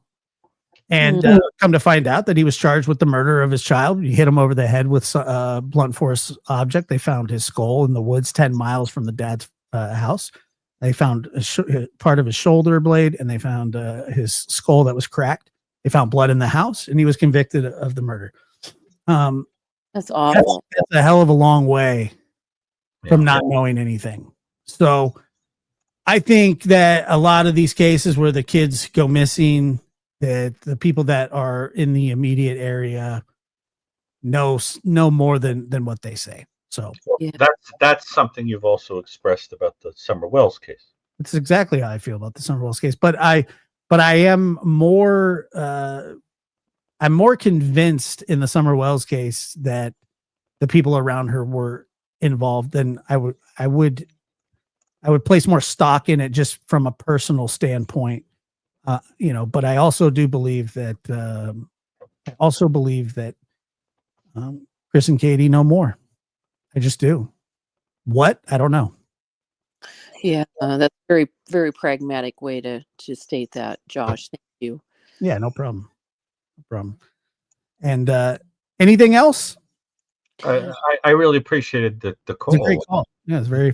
And I really appreciate the drawing attention to Sebastian. And I think, if I'm not mistaken, in December is his birthday, right? He would have been 17. Yes, December. Yes. Because I remember it's like right around or a day or a couple days after Pearl Harbor Day. Was he like the 9th, December 9th or something like that? I have to look. But I think his birthday is in December.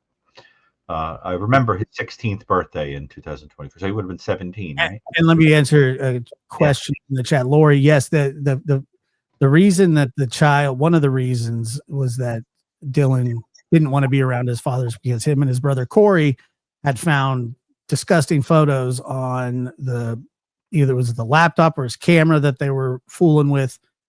And he was, yes, Mark Redwine was a sick man. He was taking pictures of himself dressed up as a baby, and eating feces out of a diaper was the, I don't know if it was a setup or whatever, but that was what they saw. They want to be horrifying story. Yeah, it's pretty weird, man. And could you blame a kid like for not wanting to be around somebody like that, even if it is a father? Like, hell no, I don't want to go. You know. So number one reason people give students and things I work with give for initially being interested in doing the kind of work I do and then deciding against it is the offenses against children that they hear about, because they can handle it intellectually for a little while, but then when you hear the details from an offender who has absolutely no remorse or things like that, it is really hard. It is really hard. I have to tell you, it is. I totally hear you. Old cops that will tell me privately, I can't do that. It's just too much. And I mean, I've heard things that are so bad. Chris McDonough specialized in those kinds of offenses, the worst imaginable kinds of offenses against children. I mean, sometimes I have chats with him and very powerful conversations, and we tell each other, there's a reason we don't get invited to too many parties. We know too much horrible stuff. But you need the consolation of someone to, so I hate those kinds of stories. I really do. But somebody has to understand these kinds of offenses and get stuff out of the people who do them. But there is a special place in the darkness for those kind of people. I mean, Josh, don't you have that same reaction? I mean, it like makes your blood boil. Yes, it does. I especially that Dylan's story specifically was infuriating to me because, I mean, the young man went before a judge and said that he didn't feel comfortable with his father, that his father was angry and drank, and that he didn't want to go by himself. The judge forced him to go anyway. And the kid's killed the first night that he's there. That's infuriating to me. The fact that a judge wouldn't sit there and go, well, okay, let's take a look at what's going on. We'll halt this for, we'll get a mediator or something or somebody to check the situation out. They didn't do anything. They just rejected the kid. They said, yeah, no, you don't want to go with your dad. Too bad. It's a court order. Mark had kidnapped those children before. I mean, I just had no clue. And so, yeah, those things, they're infuriating. I mean, these judges with this immunity to where like they can't get in trouble or be demoted or whatever for these terrible decisions that happen quite often. It's pretty disgusting to me. So I 100% agree, and I think those programs are so underfunded, and there's a lack of education on the parts of, like you said, judges and attorneys and all the people that deal with these cases. It's just complete. And you're right, but think of it this way. I doubt, and as somebody who has had to stand before a judge as a juvenile to talk about custody issues in case, my father was paroled or whatever, and the judge sits there and listens to you and says, hey, wow, that's, quite a statement, or, let's look into this or whatever. I don't know how many 13-year-olds willingly go before a judge alone and say, please don't make me go. Any child that does that should have some sort of, it should be looked into. I mean, I'm not saying that, you go, no, you can't go just because he asked that. I get it. I get that there are parents that say, say this or say that, but it should at least be looked into. Yes. And Absolutely. He did nothing. He sent that kid off to his, and the young man who, by the way, I've talked to his mother, I've talked to his brother, Corey, and I think the world of both of them. They by their own admittance, Dylan was a feisty kid, and he stood up for himself, and he didn't want to be there. He didn't want to be around his dad, and from what I understand, that he was going to confront his father about the things that he found. Well, if you've ever confronted a controlling, narcissistic, violent drunk, those things can go bad. It doesn't matter if it's your son or not. Of course. And it was a terror. Yeah. So those things drive me up a wall. I try not to dwell on them, but those cases, when I first heard about it, I went, oh my God, I cannot believe, but I can. That's the really sad part. But well, one of the things that I get a lot of feedback about on the New Evil is that people are very surprised that, and I remember when Joey H called in and talked about it, people are very surprised that Michael and I included an entire chapter on the evil of custody cases. Yeah. And oh God, are they horrendous sometimes? I mean, have you ever had to sit through like family court before? Oh yeah, I've had to write reports. It is the most depressing place ever. Oh, I agree. I was the guardian ad litem in graduate school, and it's awful. Yeah, whenever we had to go, we had to sit through other cases. We had to wait till your name was called, and you could be there 5 minutes, but there's two people arguing about custody of their children, and it's gut wrenching. It's gut wrenching, and and the kids have no rights. None. What I have, what's very hard for me, and there are many things that are hard about it, but what I find very hard is that it really makes you understand the crapshoot by which some people are born to loving people, and some people are born to people that are monsters, and I mean monsters. And then there are people that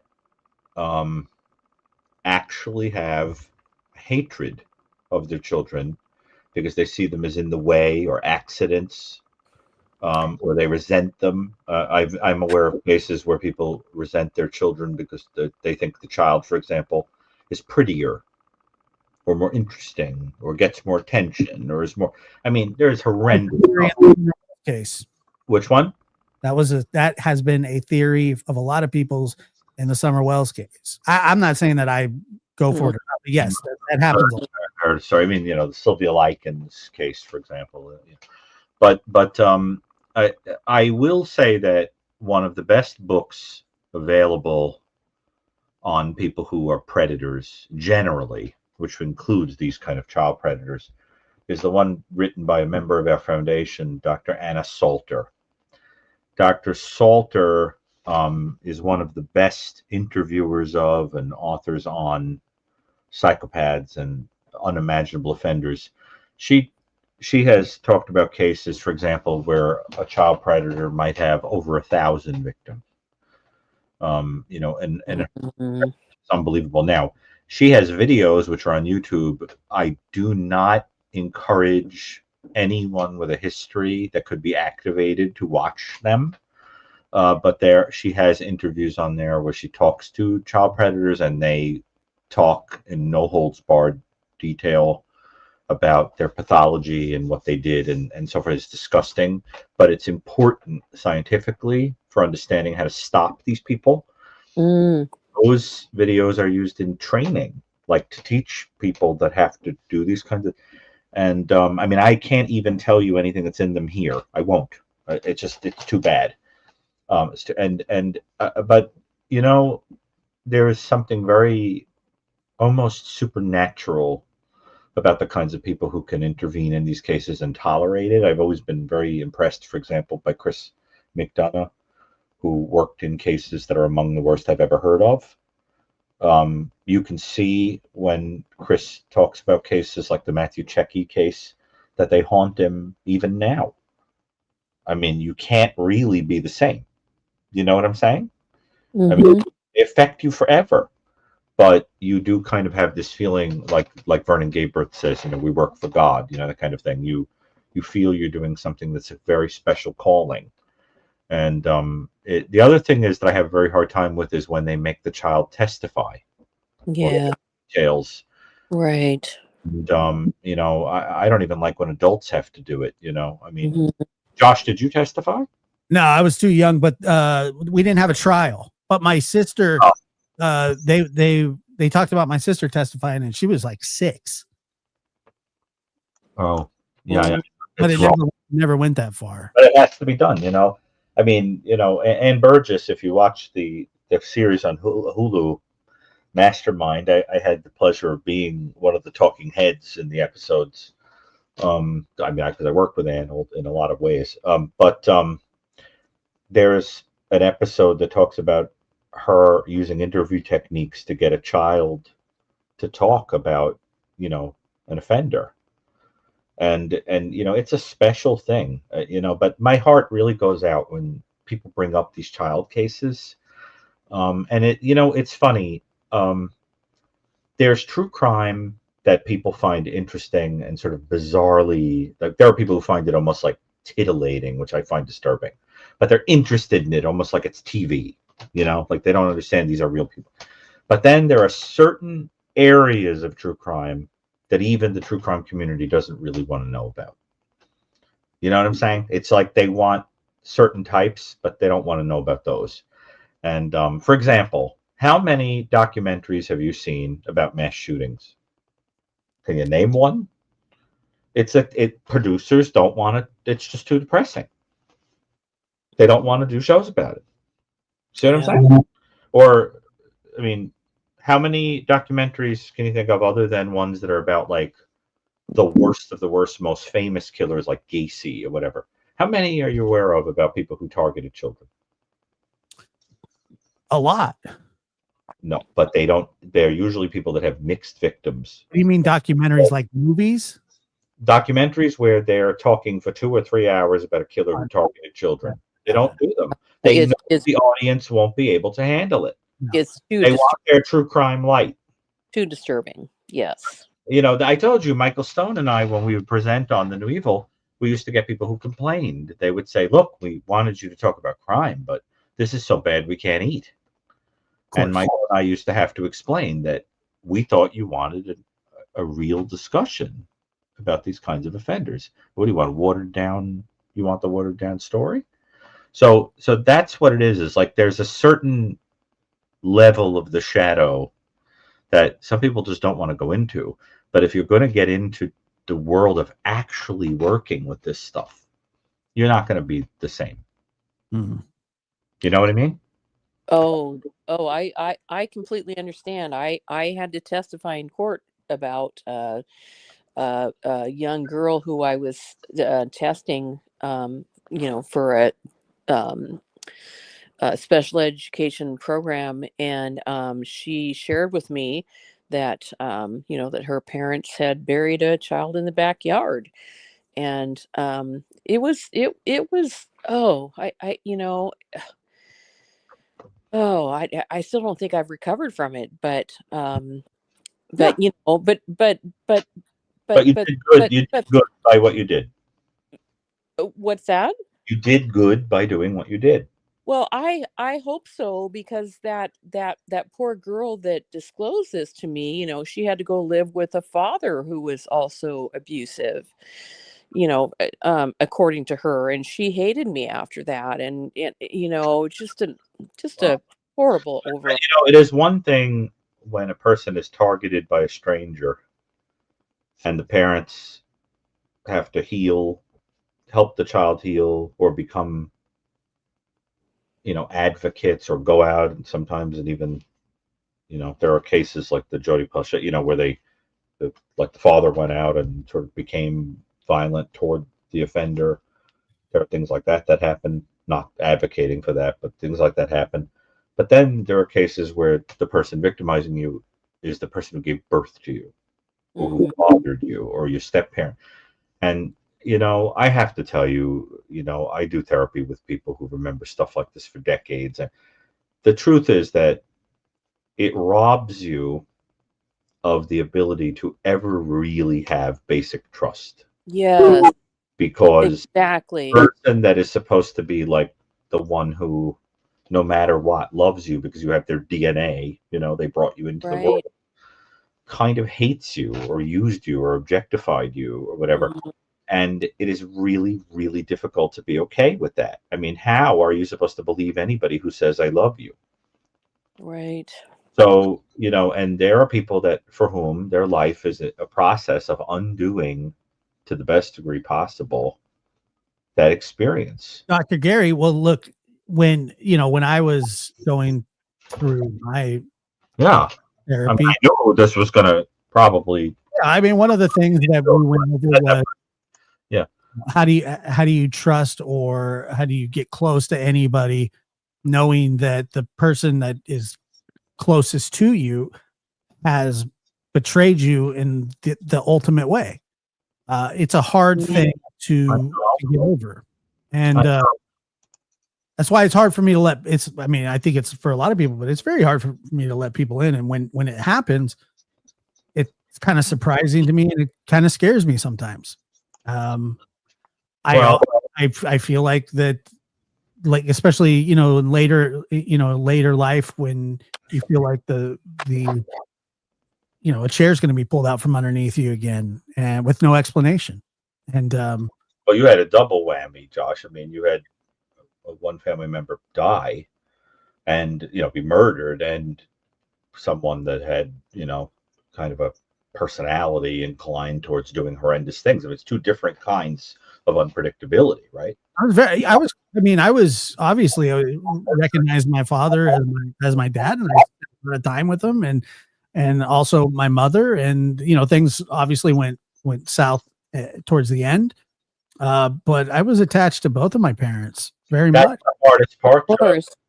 That's the hardest part for a lot of people. Yeah. Who I work with, that I've worked with for many years. One of the hardest things is they'll cry and they'll say, and the worst part is I loved him. Yeah, absolutely. The Yeah. worst part is I loved him. That what he took advantage of was that I was willing to be with him alone. That I went with him thinking we were going to have a nice time because he was so nice to me. Mm-hmm. That I, or that kind of, or they'll say, I trusted him. I loved that man even after he did what he did because he was my father. Right. Yeah, and that makes you hard. You feel there's Crazy. something wrong with you, right? Mhm. It's like I've interviewed murderers that make me laugh, or because they're funny, or they're warm, and then you're sitting there going, "Wait a minute, what?" I walked away liking you. You're like a disgusting wretch of a human being. In other words, there's something about that we want to think that evil is just evil all the time. Yeah. Mm-hmm. It's very hard for us to understand that what makes it so complicated is these people share our DNA, and that most of the time they could be perfectly normal or likable or whatever, and then the horrible comes. And that's scary because then it feels like there's no sign of it. Well, then another thing too is that, Nowhere, it's threatening. Nobody wants Well, to. and nobody is 100% evil, and nobody is 100% good. That's the thing. I mean, there are some people that send you groping for synonyms. Let me put it that way, no names included, but there are some people that do seem day in and day out to enjoy being vile. Yeah. But there aren't many. But Josh, I think the reason I'm sort of hovering on this is because I think it really is resonating with a lot of people in the audience. I think a lot of people are interested in true crime because they've been victimized by it. yeah, Fear being victimized by it. right. And it's an amazing thing because people, like, you grow up but you still feel like the kid Yeah, that sure. bliss and sort of and the other thing that I notice happens to some people is because when they were a kid, it was this thing like, look, this person's abusing me, but they're my mother. They're abusing me, but they're my father. Whatever. So I love them. They attach the same way to partners that are abusive. Like, so they're like, well, that's my boyfriend, so I have to put up with it. Like, they don't understand that they could leave, find another person. It's there's something about that creation of that childlike feeling of dependency. Right. And it's Well, the thing too is that it's funny because when I do talk about what has going on, it's actually, I mean, and I would never go into like complete detail, but it's far worse than I mean, there are so many things that like come to mind, and it was a really chaotic time. Like I said, the paper, had a field day with it. I mean, it was, Oh, really? The case was heavily covered in the press? it was, yeah. Well, at least The here in whole town. press. Yeah. Yeah, it was. 'Cause my aunt was in a coma from being shot, and then obviously my mom died, and then there were kids involved, and it was a whole thing. Like it was, like I said, I saw the somebody called it, one of the writers just called it like it's such a that's where this true crime stuff comes from, but he called it a classic American tragedy. Well, Josh, something I've never said to you before, but I'll say it, is that um, for different reasons, you because of being affected by crime, me by my egg-headedness, are people who really, in many ways, got sort of stripped of a normal, of childhood, of the joys and the simplicities of childhood. And that's why when we do the show and we goof around, I do it on purpose. I feel that it's fun to get to be a kid with you. Sure. I think to a certain extent, we have a seriousness, a gravitas that's been there our whole lives. And to just sort of goof out and watch stupid things and laugh and whatever is very rare. And it's a safe space to kind of be a doofus, And people say, what does that have to do with true crime? Everything. It has to do with that. That's how you survive it, Yeah, the thing is too, I don't even think of it as like true crime. I don't know. I mean, I know that's a genre, but I've like when I'm talking about Dylan, Dylan's case, like I resonate with every single kid that has gone through stuff that didn't make it, because I always felt like somehow I lucked out, and I don't know how, but when I see those sort of situations, I know exactly like what they're going through. I know what it feels like to have a family that's like divided beyond all belief. And I'm telling you, after my mother's death, our families, both of our sides of our families eventually healed. However, there was a great divide after that, obviously. I'm not surprised. And it was but my grandmother and my grandfather were very adamant to say that, your family on your father's side, they love you, and they're not the ones that did this. And that was a hard thing you always kind of felt at least for me, for a long time, it always felt awkward, felt weird. And it sucked.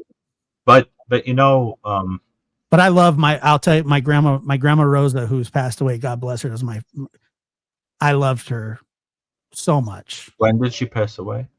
She passed away in 2017. Renal failure. Your mom's mom or your father's mom? My father's mother.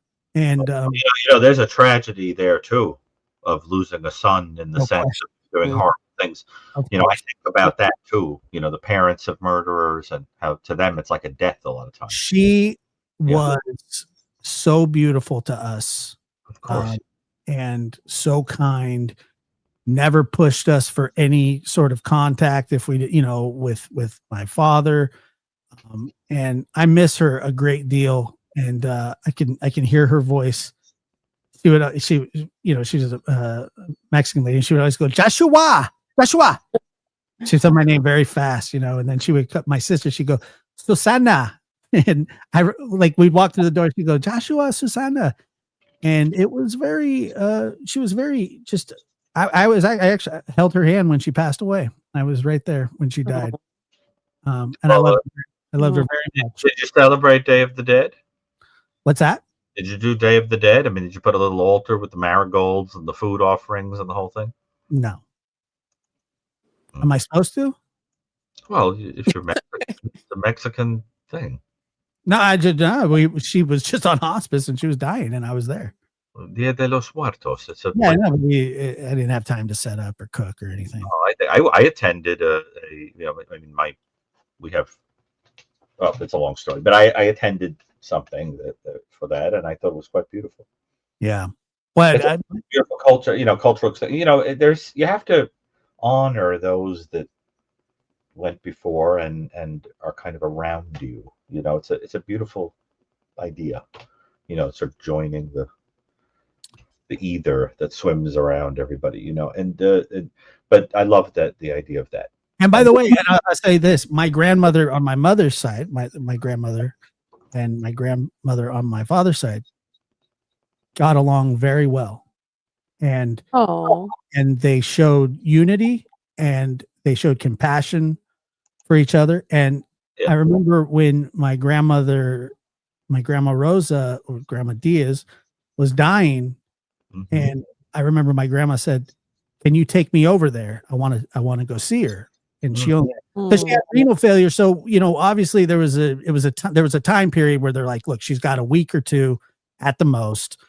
People are coming into town, and so my grandmother with her walker and who can't really do stairs walked up these stairs with her. It took everything in her, and they sat there and they cried, for probably an hour together. oh, They Hello. loved each other because of what they had been through. Yeah. Both of them, both of them were victims of a terrible crime. Of course. And how long was that week? A week? She lasted a week? I mean, Made it 10 days. yeah. Her Gethsemane, you see? Yeah, and it was actually really special to sit there and watch it. And I watched it from from a distance. I didn't get involved. I just watched. But you see how, in order to get to your Easter, you have to have your Good Friday, Right. and True. and when you understand it that way, you can watch those horrors and see them as kind of a transition. Yeah. well, this I just have to say, this whole conversation, this whole story, just filled my heart with Oh yeah. with love and Well, you're a good person. That's why it touches you. yeah, and Josh, I am so impressed with you, and thank you for being such a good friend to Seth Rogers, and Yep. and for everything you do on your channel, and it just really, really touches my heart. And thank you for you. Yeah, it's very touching. I agree, and that's why I like to tag along. It's been well, Christina. Thank you so much for your call, and hopefully you call in again. Isn't it great that her name literally means little Christ? I didn't know that, but it's Well, yeah, I was raised Catholic, so there you go. at least your name's not Adrian. I like the symbolism that it's funny. In my neighborhood when I was growing up, the most obnoxious kid, I hope he's listening, the most obnoxious kid I ever knew, his name was Narcissus. I loved that the twinkle in God's eye, that's what his parents named him, and he was the most obnoxious little bugger that ever walked the face of the earth. There's something about that when a person has a name that just perfectly matches them, There's a couple of kids that they're so awful that their parents should have named them Snot.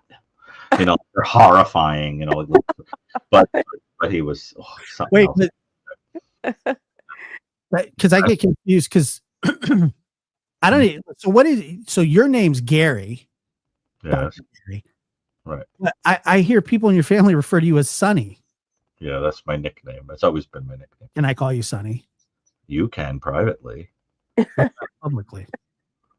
I mean, I don't use that publicly. That's my nickname. Now that you revealed it, people are going to, but I didn't know that. I don't really talk about that, but yeah, my loved ones would never call me Gary. I mean, it would almost be weird to be called. Yeah, that's a New York thing, isn't it? No, it's my family thing. That's a New York thing. My parents were very big fans of The Godfather. In fact, it was their wedding song, The Godfather theme. They loved that movie. Oh my gosh. Wanted to name me Sonny because they liked James Caan. Yeah, I like James Caan too. Santino, and but it's not a Catholic name, so they put my father's name. But in the family, I would never be called. My grandfather's nickname was Rusty because his hair was orange like the dog's. Oh, Oh, that's fun. Well, when I met a comedian, Emo Phillips, I used to love. Actually, is he in Amazon Women on the Moon? I think he may be. I have to think about that. No, he's in UHF, a similar movie. But I remember he said to me, "Thanks for getting the tolls," as a reference to The Godfather. But you remember what happens to Sonny, right? Look what it did to my boy. That massacred my boy. Yeah. Remember the whole thing? Yeah. Yeah. So, that's- That's pretty good, actually. That was a pretty good impression. I do a pretty good impersonation of Marlon Brando, if you want to know. You do Marlon Brando very well. Very, very good. I do a lot of impersonations, But anyway, but I do many impersonations, but no, I don't do you, Josh. But I yes, that's my nickname in my family. So but don't ever call me Dr. Sonny. That sounds like I should be driving around a panel van. Dr. Giggles or something. I mean, it's just creepy, But anyway, so Well, thanks so much, guys. Whistles. I love you both, and this, yeah. Thank you so much. Well, I come to don't invite us to the house for a cup of coffee. Could have been a contender. Well, I'm sleepless in Seattle, so there you go. We appreciate you, Christina. Thank you so much for calling. Thank you. Bye-bye. And that day may never come. All right, so I could handle a call more if you want. You got one more call, and then because we're close to 3 hours, and that's when the dogs start acting up. All right. Here we go. Our last call. Linda, where are you calling from? Surprise, Arizona. What's happening? How are you? Never get tired of Your us. night wouldn't be the same. Your night wouldn't be the same without me, would it? You've been the last caller, I think, on the last 2 or 3 Yes. shows. Uh-huh. I like Yeah, it. thing for calling in. I don't know what it is. I You don't get sick of us? No, not at all. How does it feel to be called eye candy? Who called you that? No, the one lady said you guys were really nice looking. Oh, she was talking about Gary. She wasn't talking. She was talking about Dr. Sunny. She wasn't talking. Water everywhere and not a drop to drink. She was talking about Dr. Sunny, not me. You believe this? I think she's talking about you. But I mean, I personally, I don't know. But I thought that was very sweet. Very nice. Yeah. Okay, I'll be very brief. Dr. Gary, I was a few phone calls ago. We were talking about Chris Watts, and I was talking about the Chris Watts case and how it was similar to the Jeffrey McDonald case. Right. And you had mentioned to me maybe I should look into why I was Yes. I was asked why those two cases interested you. in homicides like that. Yeah. And I think it's because the crime is so heinous that someone could kill their own children and family. That's why I try to figure out motives and why they would do such a thing.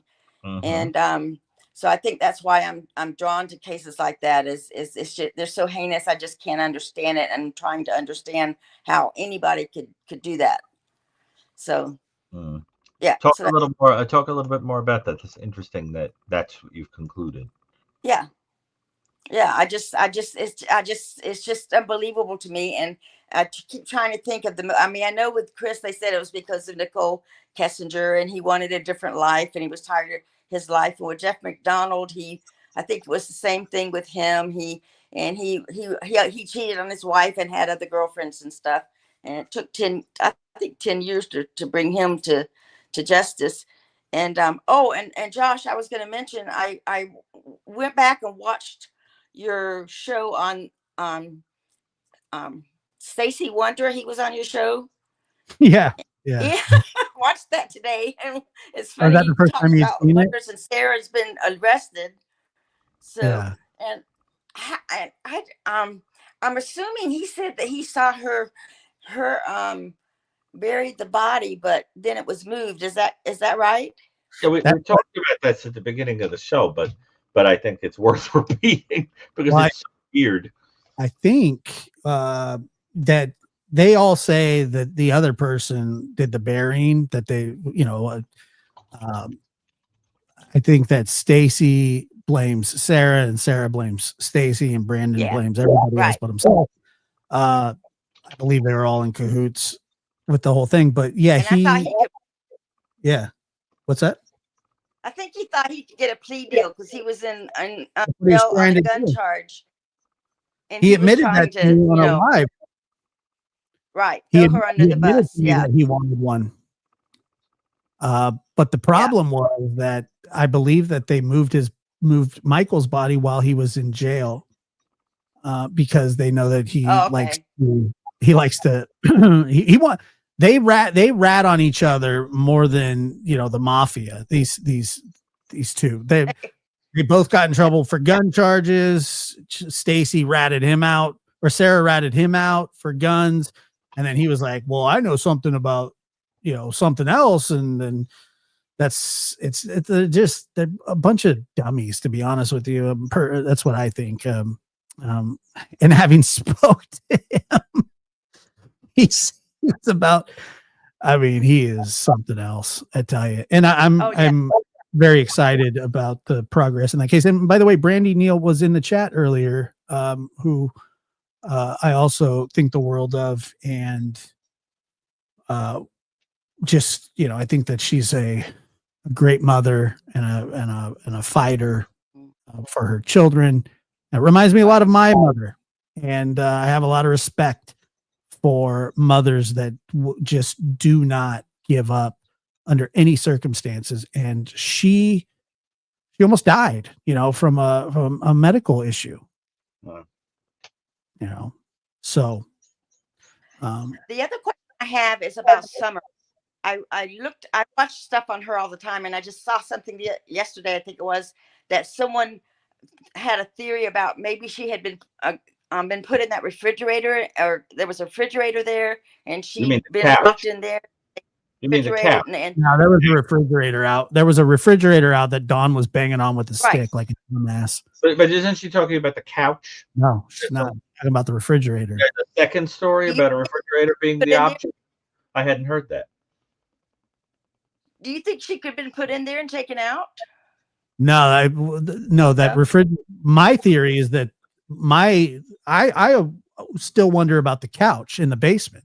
Right. Because it was there before she went missing, and it was gone right after she went missing. And it would have barred the door that an offender would have to get through to take her. And then was it? Right. But then Candace denied the whole thing. Right. Like, he denied that the couch even existed. And then Dawn was like, no, it was there. But he says that he threw it away after Summer went missing. And I said, well, you threw that away, but your house looks like a dump. Like the front yard, you just throw shit out there. Now the refrigerator, I think that what people were saying was that she was playing in the refrigerator and got locked in it. Like, it's sealed and she couldn't, she wasn't strong enough to get out of it, because I believe that you have to, if you have a refrigerator like outside, that something you have to do something with the doors. But I'm not 100% sure. I was very disturbed when you and Chris showed me the footage of the house and where the kid was living and everything. It was, remember I said it looked like an oubliette. Yeah. And I remember very distinctly when I first saw the garden, the outside, I said, it looks like Yucca Flats after the, when they would do the bomb testing there. It was bad. It was bad. It's really not, I mean, it wasn't one of the stories like that, like Summer was like doing the flowers or something. Like, it didn't match like the appearance of the garden, like that anybody was like doing cactus. It was cactus gardening or something. Cactus. I mean, it's quite a interesting story. But I mean, I'm not going to cast any aspersions. I'm not going to say it's a weird story, Right. And but Josh, that what I would say to you, Linda, is that I sound like Anne Sexton. She had a line in one of her poems. What I mean to say to you, Linda. I don't even know who that is. Daughter. This is a wonderful poet. A marvelous poet. And very, very beautiful, brilliant mind. I loved her for many years. I loved that poet. But Linda, I think sometimes people are very drawn to their inversion. It's like opposites are very interesting to me. They create tension states, like the way that a person can have two states within them that are so opposite that in the tension state, something great comes out of it, right? And there is something about you being drawn to people that would kill their entire family that is literally the inversion of you. You're the type that would express no hostility toward a family, even if they were horrible to you, and love them anyway. See what I mean? It's literally like Yeah, you're right. you like Yeah, you turns got you me. inside out. Right. You got me. So there's something about that being drawn to opposites that is interesting. Because it's almost like the thing that would be most forbidden in the psyche. It's the opposite side of the mountain. And so if that's you, it doesn't shock me that that's what you'd find the most strangely fascinating, because it's it's the most foreign thing from you. It's sort of like if someone said to me, where do you want to go on vacation? I would say Fiji, because Fiji is the farthest you could go around the earth without coming back around the other side to where I live. It is literally the farthest point from me. Oh, okay. Then it's the opposite point of the earth from me. Yeah. And I find that interesting. That's where I'd like. Yeah. As far from here as is possible.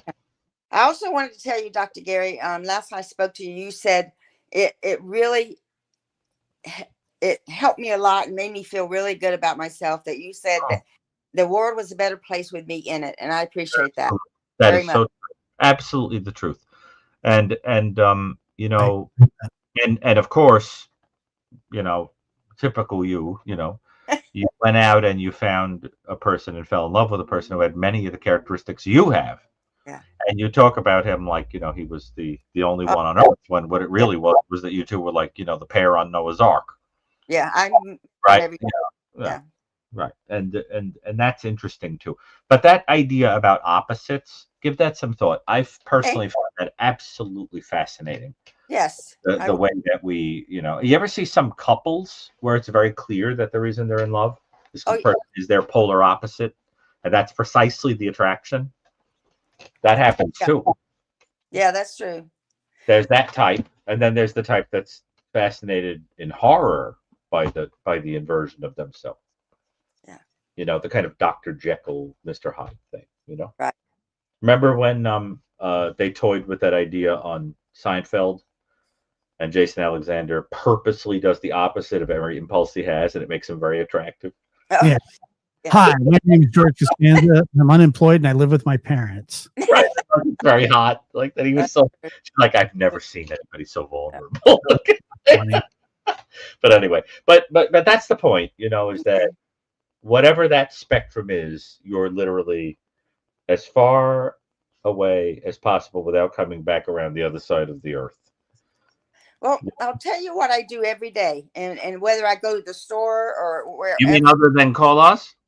Other than call you, I always make it a point that doesn't matter where I'm at, if I see someone that has a shirt on that's really pretty, I will tell them I really like it and it looks really nice on them. And I try to do that every day, say something nice to someone to make them feel good about themselves. Just like you said that to me, it made me feel so good about myself last time we talked. So, and so that's what I do. Whether it's it surprised you to hear that? Pardon? It surprised you that much to hear that? Well, I don't know. I still sometimes, because of, my mother once said to me in front of me that she loved her boyfriend more than she did her own children. And I think that still resonates with me sometimes, even though I know it's not true that I am worthy. I sometimes I still hit on that, even though I know I think she really just had problems with, like I said, she was emotionally detached. And so I do think I'm a good person. I know that I am. But I still sometimes that insecurity will come to the forefront, and it just makes me, it just reiterates, like when someone says something like that to me, that I am a good person, and that I don't have to worry about that I'm not. Linda, I got to tell you that I I feel very similar in the sense that I guess I wish I saw myself the way that people that like me. Yes. I wish I saw myself like that because I don't. I never have.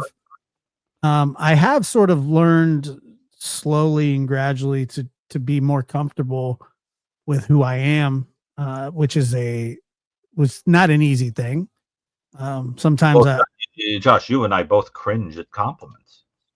it's rough. I don't know why. We cringe at them. Somebody's like, "Boy, you two, That makes no sense because you fabulous, guys are fabulous spectacular. gentlemen." I'm like, "What?" Like, You like, are you guys are kidding? spectacular. You should know Yeah, that. but remember that appreciation is in the eye of the beholder. I mean, thanks once enough. You feel that way because you're sitting and talking to us with a spotlight on us, but on the street, we're just, background characters. No, I mean, you're that's the whole thing. It's that's you want to understand. Like it, in many ways, it takes one to know one. You know, but Josh and I, what both of us, we have a very hard time. You notice it. When anybody compliments us, we like cringe at it. It horrifies us. We're not used to it. And I mean, isn't that true, Joe? I would say I'm not used to it. I'm just Oh, uncomfortable all with right, wrong phrase. I mean, it's uncomfortable. It feels weird, especially the sometimes people are like they gush, they say these incredibly flirtatious things. I mean, I'm like, what? Like, it's like kind of strange, but I think it's lovely that people feel that way. I agree, and I a lot of people say just take the compliment, and I really do. I do appreciate it, and I've tried to get better at it. I don't know. I don't know. I guess I don't see it the same way that other people see What's it. what's that line of? But you're so wrong. Yeah, no, but that there's a line. I think it's Robert Burns. Would the gods the gift to give us to see ourselves as others see us? Yeah. Right. Well, you're kind and compassionate people, and I really enjoy speaking with you every week. So take that to the bank and, and deposit it. Well, you know what? It gets back to the point about opposites. That I think that what makes the shows interesting, part of the reason I like being on this program, is that there's an almost manic depressive quality to every episode where it kind of peaks in this ecstatic. Sometimes we discuss the divine and the cosmic, and in the same episode we're making jokes that are so guttural and stupid and goofy and sometimes being so down in the dumps, and you feel the agony and the ecstasy, in one episode. And I think that in doing that, it takes on a kind of universal humanity that makes people really kind of resonate. You know what I mean? They understand it because I think that's why bipolar writers, by the way, write things that feel so profound, like those battles between light and darkness and all the universal archetypes and whatever, because they're just describing their moods, right?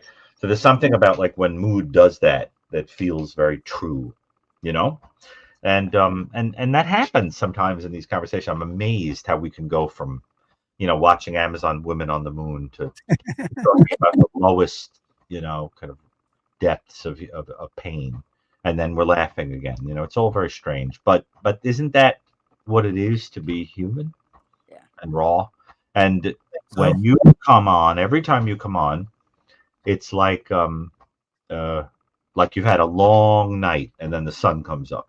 It's that feeling of a fresh start. It's very invigorating and reinvigorating and pleasant and kind of, and it has that way of hitting the reset button on a lot of the ugliness of the conversation. You have that wonderful warmth, and so I really want you to understand that that's a gift. That's your little version of reminding the world that there's goodness and that there's God and that there, that right.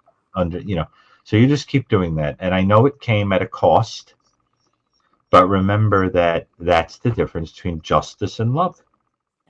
If the world were just, you'd get everything you give, but it isn't. But you can love. Yeah.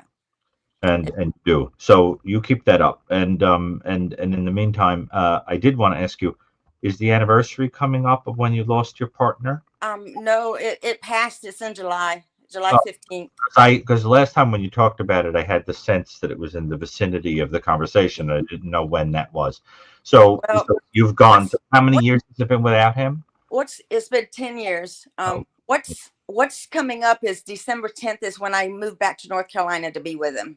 So that is, oh, maybe that's what I'm thinking. Because there was something about yes, this time. Yeah. December Oh, 10th when I moved, back to North Carolina to be with him.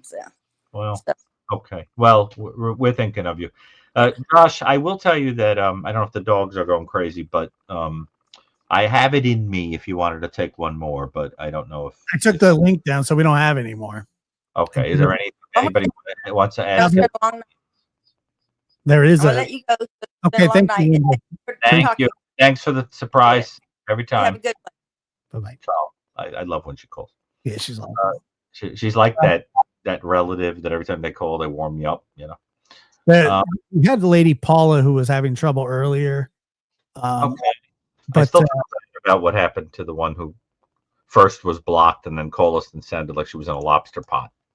That was the saddest thing. She couldn't get her question out. Remember her? Yeah, I do remember that. Yeah. Called last time, and it was like I felt so sorry for her. But okay, but I could, see people are saying one more. I can answer one more, or Josh, maybe Let's just do the question. We'll end it too. If that's okay. And so Paula, who was on earlier, and I told her we would answer this question. Oh, is this that long one that was in the private chat? Yeah. Can a person be hypnotized by someone without being touched and without knowing they were being hypnotized? Do you know much about being hypnotized? I don't. I have. Basically, can a person be covertly hypnotized? Do you know of any cases where someone was hypnotized for criminal or deviant reasons? For example, there was a case of Dr. Fine, Michael Fine, was sentenced to 12 years in prison for hypnotizing 6 women without their consent and then took advantage of them. I remember hearing about that case on the news a few years ago. So what I would say in the simplest terms is I am not really sure by what mechanism a person would be hypnotized without his or her knowledge. But there are people who naturally, because they have a dissociative quality or a certain personality structure or trauma or whatever, or even a medical condition, can slip into trance-like kinds of states and can be there are some types that can be very suggestible. And so, but the idea that someone could Svengali you, with his hands or something and get you to go into a trance state, without knowing it, I must say, I think is like the stuff of fiction. I mean, I personally do not think. Now, there's got to be more to it. I mean, you don't just like pass your hand over a person's face and they're, I could see drugging them or something like that in addition, but to just kind of go like Svengali, and put a person into a trance state, I've never heard of anything like that outside. Like allow yourself to kind of be vulnerable for that to happen. Yeah, that's what I'm saying. Like if you had a certain personality or trauma, whatever, I could see being a little bit more suggestible but I really don't think that, I think that's called, the fancy word for that, what the person's talking about is what's called covert hypnosis, where you don't tell a person that you are hypnotizing them subtly. But what I'm talking about is if you have a certain vulnerability, perhaps a person could control you, just like the Gazelle is talking about. A person could control you through suggestibility or manipulation, kind of like that. But that's different. Family. Right, it's different than Svengali, right? Do you know what I'm talking about with Svengali, or you have no idea what I'm talking about? No, I do. Remember that character? Uh-huh. There's a wonderful movie with John Barrymore as Svengali, but it's based on the on a play and a book. But I have seen where it's almost like somebody who wasn't hypnotized, but it almost feels like the person is under somebody's spell. So, you can be manipulated vampirically by a person who psychologically kind of toys with you, but that's different than like when I snap my fingers, you will take your pants off. Like that. That's like in the movies. Right. Yeah. No, you're right about that. I mean, Dr. Gary, we've had a great time. Oh, we always do. We have a lot of fun. But I'm really not kidding when I say it's like our little escapism into like a little second childhood or something. And by the way, the Dodgers won. Yeah, they did. How do you feel about that? I feel very bad about it. Do you really want to sit down and talk about it? I'm sitting. We've been talking. I'm never going to forget where I was when I got the news. I bet. I am by old. tomorrow you're gonna be getting robbed by 5 more kids. Oh Lord, help us! I mean, I tell you, I don't know how I get through the day. Terrifying, by the way. I know I was joking about it, but it really is terrifying that people would do that. Well, it was a long time ago. I didn't even file a police report. Why? I didn't. I just didn't. Oh wait, and yeah, we have a question also from Kelsey. I told her that I would. Let's see here. Let's see. What's the question? I mean, she's very bright, so she'll probably come up with a good question. What's the most interesting thing that you have from a serial killer that you've interviewed or that wrote you? What is the most interesting thing? I have a lot of things, Josh. I will tell you the most disturbing thing that I have, and it was not given to me by the killer. When I wrote The New Evil, Michael and I got in the mail envelopes from an author who was in possession of certain things from Ted Bundy's murder kit. And when we opened it, what we discovered was that he had sent us trash bags from the supply, pieces of trash bags from the supply that Bundy had used in his kit for transporting heads and bodies and other kinds of things. Great. And both Michael and I were really authentically horrified. There's a photograph of the kit with the bag of trash bags in The New Evil. And so the person sent us pieces of the bags. And there's something about that I just think is so disturbing. And I have other things that are very, very disturbing. When you write to offenders, there are certain things they favor to do. Like, for example, a lot of them like to do hand tracings. And sometimes they will say things that are very disturbing alongside that, like suggest that you take the letter and hold it up to your own neck to see how big their hand would be if it was around your neck. Mm. Or there might be an arrow pointing to it that says, "These hands killed." Or they might make a handprint using red paint in the art class or whatever to give the creepy impression that it's blood. Things like that. And sometimes offenders are sexually charged and they'll send you a print of their genitals that they've made with paint or a tracing of it, especially if they're writing to a woman and I have the letter that's been passed to me by a woman it was sent to. There's a lot of that sexual stuff. I also have letters that were not sent to me, that were sent to people who gave them to me for study purposes, in which crimes are detailed and with a kind of relish, and some of those are so horrible, I can't handle how disgusting they can be. Yeah. But yeah, I have a lot of stuff like that I have for the purpose of study. But you have to understand that when these people are incarcerated, a lot of times, you think they're going to want to talk all about their crimes, but most of the time it's pretty banal stuff. I mean, it's like, send a couple of bucks so I can get stamps and cigarettes, that kind of thing. Or they'll just tell you boring stuff, like I have a letter from James Holmes, the shooter in the Aurora shooter. Yeah, and it's about his love of Star Wars. Yeah, it's great. That kind of thing. It has wrote you personally about Star Wars? It's all about his love of how much he likes Star Wars. I mean, that's it. There's nothing else to it. There's no they should send his ass into space anyway. There's nothing in it about the why. It reminds me that years ago, there was a book called Suicide Notes. I think it's banned in some places.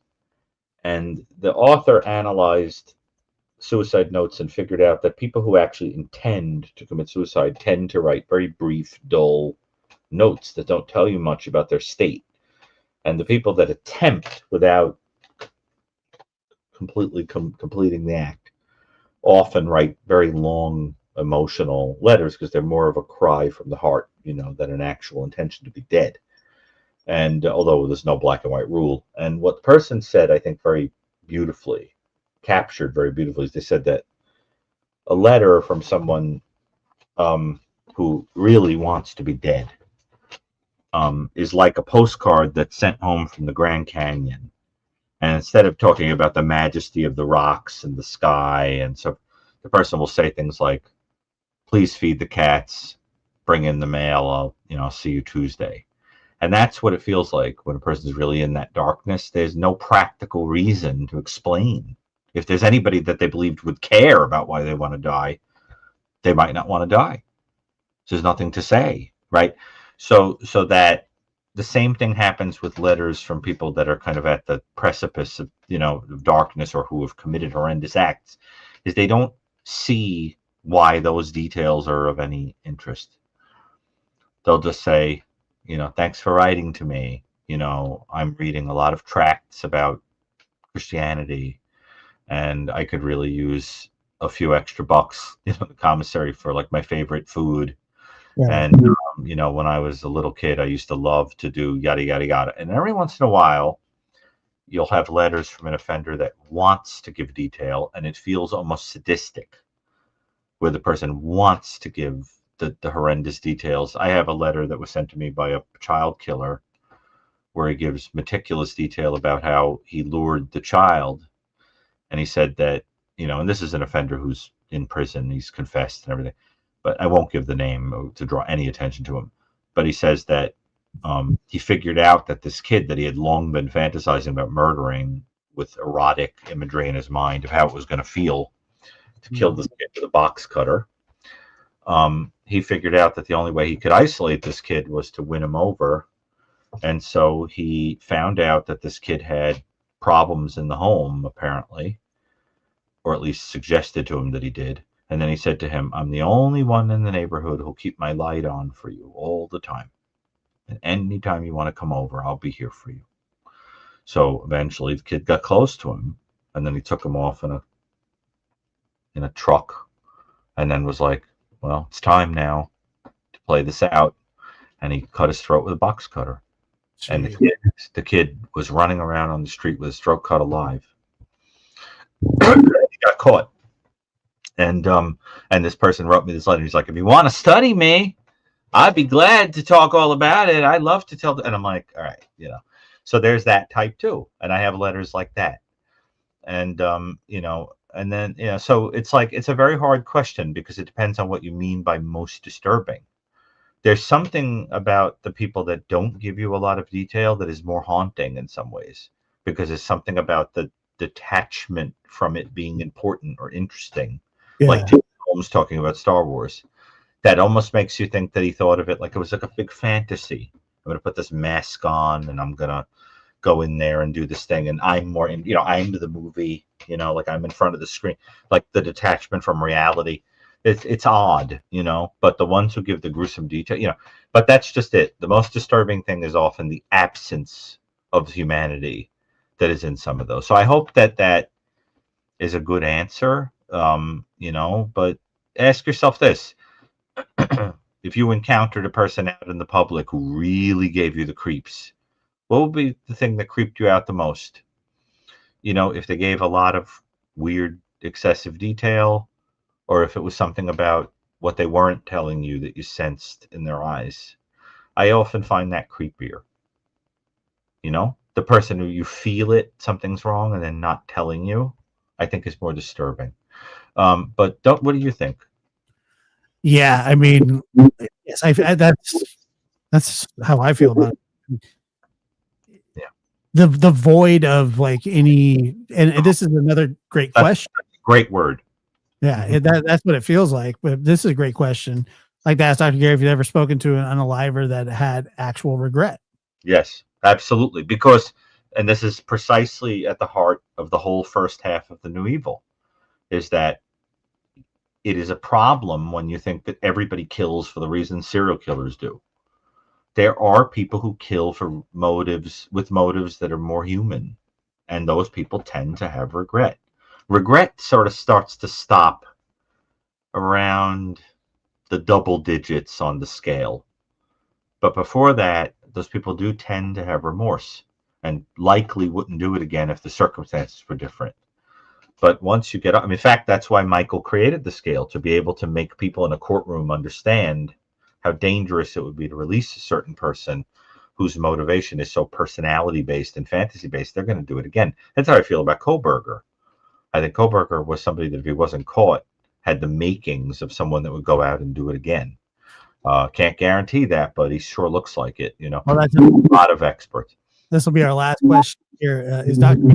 study BK, and if so, is he going to look into his call patterns with his parents prior to the murders to compare November 13th and therefore after to look for manipulative tactics? Well, I'm certainly studying him in the sense of that ever since, before he was even a suspect, I've been sort of meticulously analyzing whoever committed those crimes, and as the details emerge, learning a lot. Because remember, he's a mass murderer. I mean, he's in the database. We need to study him to learn about. And what I'm interested in is how he appears to fall into that, roughly slightly under 12% of mass murderers that look like they would go on to be serial killers, like BTK. And that is important. But to that question about the regret, one category of people that do tend to have more regret, interestingly, are mass shooters, mass murderers, because a lot of them are motivated by emotion and impulse. And the ones who are tend to look back on it and think, what was I thinking?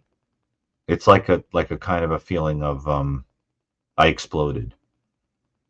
And I've always wondered if the roughly half of them to 1/3 of them that commit, that take their lives. Yeah. I always wondered if it's because they suddenly realize what they did. Some of them, I think, go in it with that aim, like it's a kind of suicide, like a nihilistic act culminating in a suicide. And I think with some of them, it's like they do it, and then they see the blood and the bodies, and they know what they did and what's going to happen now, And I think probably some of them take their lives for that reason, but there's no way to prove it because they're dead. But I can tell you from transcripts I've read and letters I've received and things like that, that you get a lot of this, like, something overtook me, my feelings overtook me, and it happened. Yeah. The more pragmatic ones plot it, but they're the more impulsive ones that just take a weapon and go out, and they tend to experience a kind of regret. It's hard to believe, but what were you saying? No, I was just saying that. It's a great question. I love that these like sort of hand on the door, about to end questions. Nice. Yeah. Why are so many women interested in true crime? Because most of the crimes happen against women, probably. I have always thought that is probably part of the reason, the disproportionate degree to which they're affected. But I also think it's not even close. Yeah. Not saying violent crimes don't happen from, towards men from women, and it does happen. But I mean, if you look at a pie chart of it, it would just make you go, men are insane. So you're 8 times more likely to be violent. Don't I know it, Dr. Gary? Don't I know it? I don't know, Josh. You don't seem like a caricature of a guy with a temper, But maybe I'm not. No, but the have a temper. No, you don't seem it. Not to me. I could have a temper, but I work very, very hard not to. I don't like being mean to people, no matter how horrible they are. I told you the story, Josh, what the person said to me on the train. I held my tongue. You have no idea. It takes a lot of work, but I think that's more masculine. I think it's manly to have control over your impulses. I think it's more attractive to have every right to be cruel and violent, but to hold it. Remember the scene in Schindler's List where Never seen Schindler's List. oh God, you need to see it. There's this wonderful scene where Oskar Schindler is trying to get this common, this nasty guy who runs a death camp to understand that there's more power in not killing. And he says to him, think of the Roman emperor. Somebody would come and grovel, and he had every right and all the power to kill them, but he would say, I pardoned you. I pardon you. To try to teach him to kind of use his grandiosity to not kill. So then he does. Hyman, whatever his name is, he sees there's a boy who cleans his bathtub and there's wine in it. I think the Nazi was taking like a bath in the wine, at a party, and the kid can't get the wine out, and he wants to kill him. It's his impulse to kill the kid, but then he says, I pardon you, and he lets the kid leave, but then he can't resist, and he goes to the window with a rifle and shoots the kid from a distance anyway. His brains are strewn all over the place. Wow. And and because he doesn't have it in him to control it, he can't. He's a killing machine. He's evil, pure evil. And what I'm saying to you, Josh, is that inhibition and self-control, I think, are the mark of a mature man, and that's what I think more fathers have to teach their kids. Is that there's more masculinity in saying, I'm not going to put a finger on you. Sure. I'm going to control my impulses sexually. No means no. That kind of thing. But unfortunately, a lot of fathers undermine that teaching, and they say to the kid in private, listen, go pop that kid in the face. Be a man. Don't listen to these women who say, whatever. It's terrible. Fathers should not do that. You understand? It creates a toxic masculinity, which is then a pool in which women have to swim around, and 1/3 of them have in some way, either verbally or physically, been assaulted by men. Crazy. And it's an unfair environment, And then other men, there's the type of men who are like offended that women don't want to talk to them out in the world. And then I told you about that, Josh. I saw the guy in the train that was hitting on the woman, talking about how beautiful, fabulous she was, and when she wasn't interested, he called her the B word. Yeah, because God forbid she didn't want to, Men do that quite often. As soon as they feel like they're marginalized or not getting the reciprocation that they desire, then sometimes people talk down, after that. Well, look at this show, Josh. I mean, it's a predominantly female audience. And here we are, two men, who haven't experienced a lot of, most of what has been experienced by women. But we're managing to be sensitive and to not come across like a couple of jerks. And it seems to resonate. And it is. There are some men in the world that aren't horrible. There will be inevitably people in the comments that will call me a jerk, no question about it. I don't think you're a jerk, Josh. I really don't. I don't think so either, but I'll still get called it. And by the way, I am way more comfortable being insulted than I am being complimented. That should tell you something about how messed up that is. Yeah. I think when somebody insults me, I find it funny. That's sick. I don't know. It's like a defense mechanism. Not really. You think it's funny when people mock you? Yeah. Why? I don't know, because usually the person that's mocking me is like 10 times like dumber than I am. Well, that's what most insults are, projections of what people hate about themselves. Josh, I'll say without giving the details to the audience that the incident I was telling you about was that a person got into an argument with a guy that was about 2 times bigger than him on the subway, and then he slipped to the next train car, pulled the door shut, and held it shut with his fist, with all his might, and then was giving the guy the middle finger through the glass, knowing the guy couldn't get through to hurt him. And then that guy got off the train, and then he immediately started hitting on a woman who was sitting next to me. The woman who was sitting next to me was not speaking to me. She was talking to her friend, like, that was sitting next to her to the other side. And because she was not interested in him, he called her the B word. And then the woman who was sitting next to me, in great shock, turned to me and said, "Is he talking to me?" And I said, "Yes, he is." And I went back to my book, And because I had spoken to her and the guy didn't know what I had said, he then decided to publicly berate me and say very, very rude and horrible things about me, which I guess were designed to impugn my ego. And I wanted to say to him, "Sir, the sequence of events is that you were emasculated by a man 2 times your size and felt you had to compensate by hitting on a woman immediately, whatever woman was next to you, the minute the act was over. And when she too made you feel invisible and rejected, you then transferred it to me and projected onto me the way you feel about yourself." But instead, I said nothing because I felt that he was a deeply pathetic soul. And it's one of those things where I've learned to not take insults seriously, because most of the time they're just hurled out of the abyss of what a person feels about themselves. Yeah, right. Well, that's what I'm saying. Objectively, it's not as genuine as when somebody tells you, like, they think that you're great, or that you're, when somebody just says, "Oh, you're a pile of this or that," I always just go, "Oh, okay, that's awesome." right. But it reminds me of when Sherlock Holmes said, "I don't need to inspire confidence in others. I have quite enough of my own."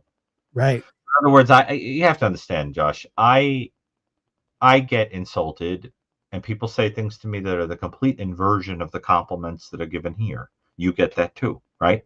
People, you come on here and people are talking about you like, they talk about us like we're like, a couple like brilliant stud muffins or something. But then you go out in the world and there's awful people who say disgusting, horrible things, or people that ghost you or are cruel to you or whatever. And then you get other people that are like begging to talk to you.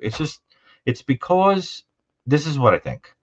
I think that both the insults and the compliments that people give you, a lot of the time, are rooted in you being a projection of what they need you to be or want you to be.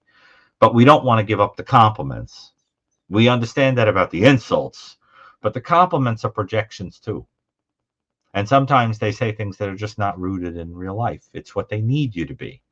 The crush on the person who they think is the fulfillment of everything they've ever dreamed of, the person. But sometimes the things are just objectively true. Like, you're a nice person, you're funny, you're smart, whatever. But I have to say, I think a lot of times this stuff comes from the imagination of the viewer. And I don't want to be a projection. I want someone to see me, faults and all, and love me as I am. I don't want the compliments. I don't want the insults. I just want accuracy. And if you go looking for that, it's a lonely life. Most people want to be complimented, or they go out looking for a projection of the person who's cruel to them because they're sorting out some trauma, whatever. Isn't it better to just have someone say, "You got some good parts, you got some good parts, but whatever you are, you're the only person I want here." I'm appreciative of every nice thing that people say about me. I appreciate it, even if I don't fully agree with it or agree with it at all. I'm glad that people feel, a certain way about me. And also, typically, I've also noticed that the people that may not care for me are people that I don't care for. It's like, but I think when you don't like a person, it is so instructive about what's in your own shadow, what's in your own dark side that you don't want to face. The things you hate about another person, they are so valuable to teach you what you have to work on in you. You know what I mean? Like, sure.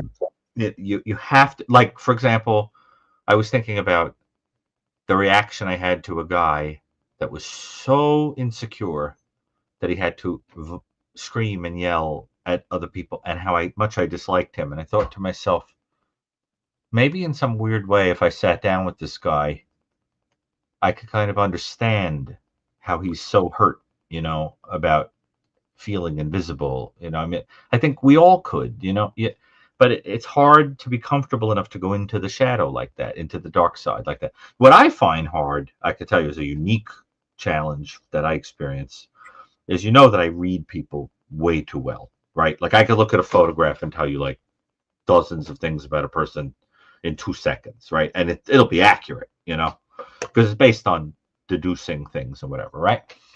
And so what happens to me is like, let's say I'm walking down the street and there's a person coming and I could perceive a lot of things about them that make them very, very interesting, that make me want to talk to them. It is very hard for me to convey to the person why I want to talk to them without it coming across as weird. But like they don't understand that they're interesting. You understand? So like if we're on a dating site and I saw somebody that I really thought would be a good match, it's impossible to make them understand that it has to do with that I could see things that they're not trying to say. See? That I noticed about them that make them special. And it's impossible because the person is just going to think it's overwhelming or weird or whatever. So you have to make like stupid small talk and then tell them. But it's the problem of seeing too much, and that's hard. I find that very difficult, and people don't like having attention drawn to their truths like that. I had that happen one time where there was someone that I was having a wonderful conversation with, and it really was going somewhere. And then I said to them, "You know what I could tell about you?" And they were like, "What?" Because everybody thinks they're fascinating, And I said, "I could tell about you that even though you're traditionally attractive, that you're very, very lonely, that you doubt yourself all the time. But I could tell you're very lonely." And the person went like that. They put their hand on their chest, like, "How did you know that? That really makes me feel kind of nude, naked." But it was true. I've learned not to tell people what I notice. You understand? Yeah, no, I completely understand. It's hard, But it's you don't want you also don't want to creep people out by like oh my God, He's awake. look at him. He doesn't look like a dog. He looks kind of like A piglet. kind of like alien or something. Yeah, like a piglet. Say hi. Look how cute he is. Holy crap. Does he have an odor? Like a funny odor? Or is he like a delicious smelling dog? No, he just smells like a normal dog. He gets a bath every week. Oh, because he looks like he's one of those dogs that's so cute that even if he had like a stinkiness, like it wouldn't matter. Nah, he doesn't smell. Who's the larger of the two? Macho. And this is which one? The This is the smaller dog or the larger dog? This is the larger one. Oh, this is Macho. He's Yeah. pretty big. How old is he? He's 7. He's freaking adorable. Oh my He just God. woke up and he wants to be like held. He wants to go outside, but he wants to be held like a little baby. He's pretty cute. But he just looks like he would have this cute stinkiness. Not too bad. I love when dogs have like that kind of, I don't know, that like doggy odor, and it's like, but they're still friggin' cute, They're like slobbering and like wiping their head all out, and you're just like, yeah, it's all right. They're like out of control. I think it's cute. That's what Otis does. Okay, come on. All right. Well, listen, I think he's got to go for a walk. Go outside. So thank you so much, Dr. Gary. We'll talk to you real soon. I'm sure we'll be back. And all right. Well, listen, thank you. And it's always nice to chat. All right. Thanks a lot, Dr. Gary. We'll catch you next time. Bye. And make sure to check out Dr. Gary's piano page. We'll put it in the chat. And then also, he smells fine. They're French bulldogs, little Frenchies, big old fat Frenchies. So thank you. Appreciate it. And Macho says, oh, now Otis, come here. Otis, you want to say hi? Here, Otis will say hi too. Look, say hi. Say hi. Say hi. Say hi, Otis. Say hi. My little boy. My little baby. My little barking child of God. Come on, buddy. anyway, he wanted to say hi too. So anyway, thank you guys so much for being here, and we'll catch you on the next one. Appreciate it. Thank you.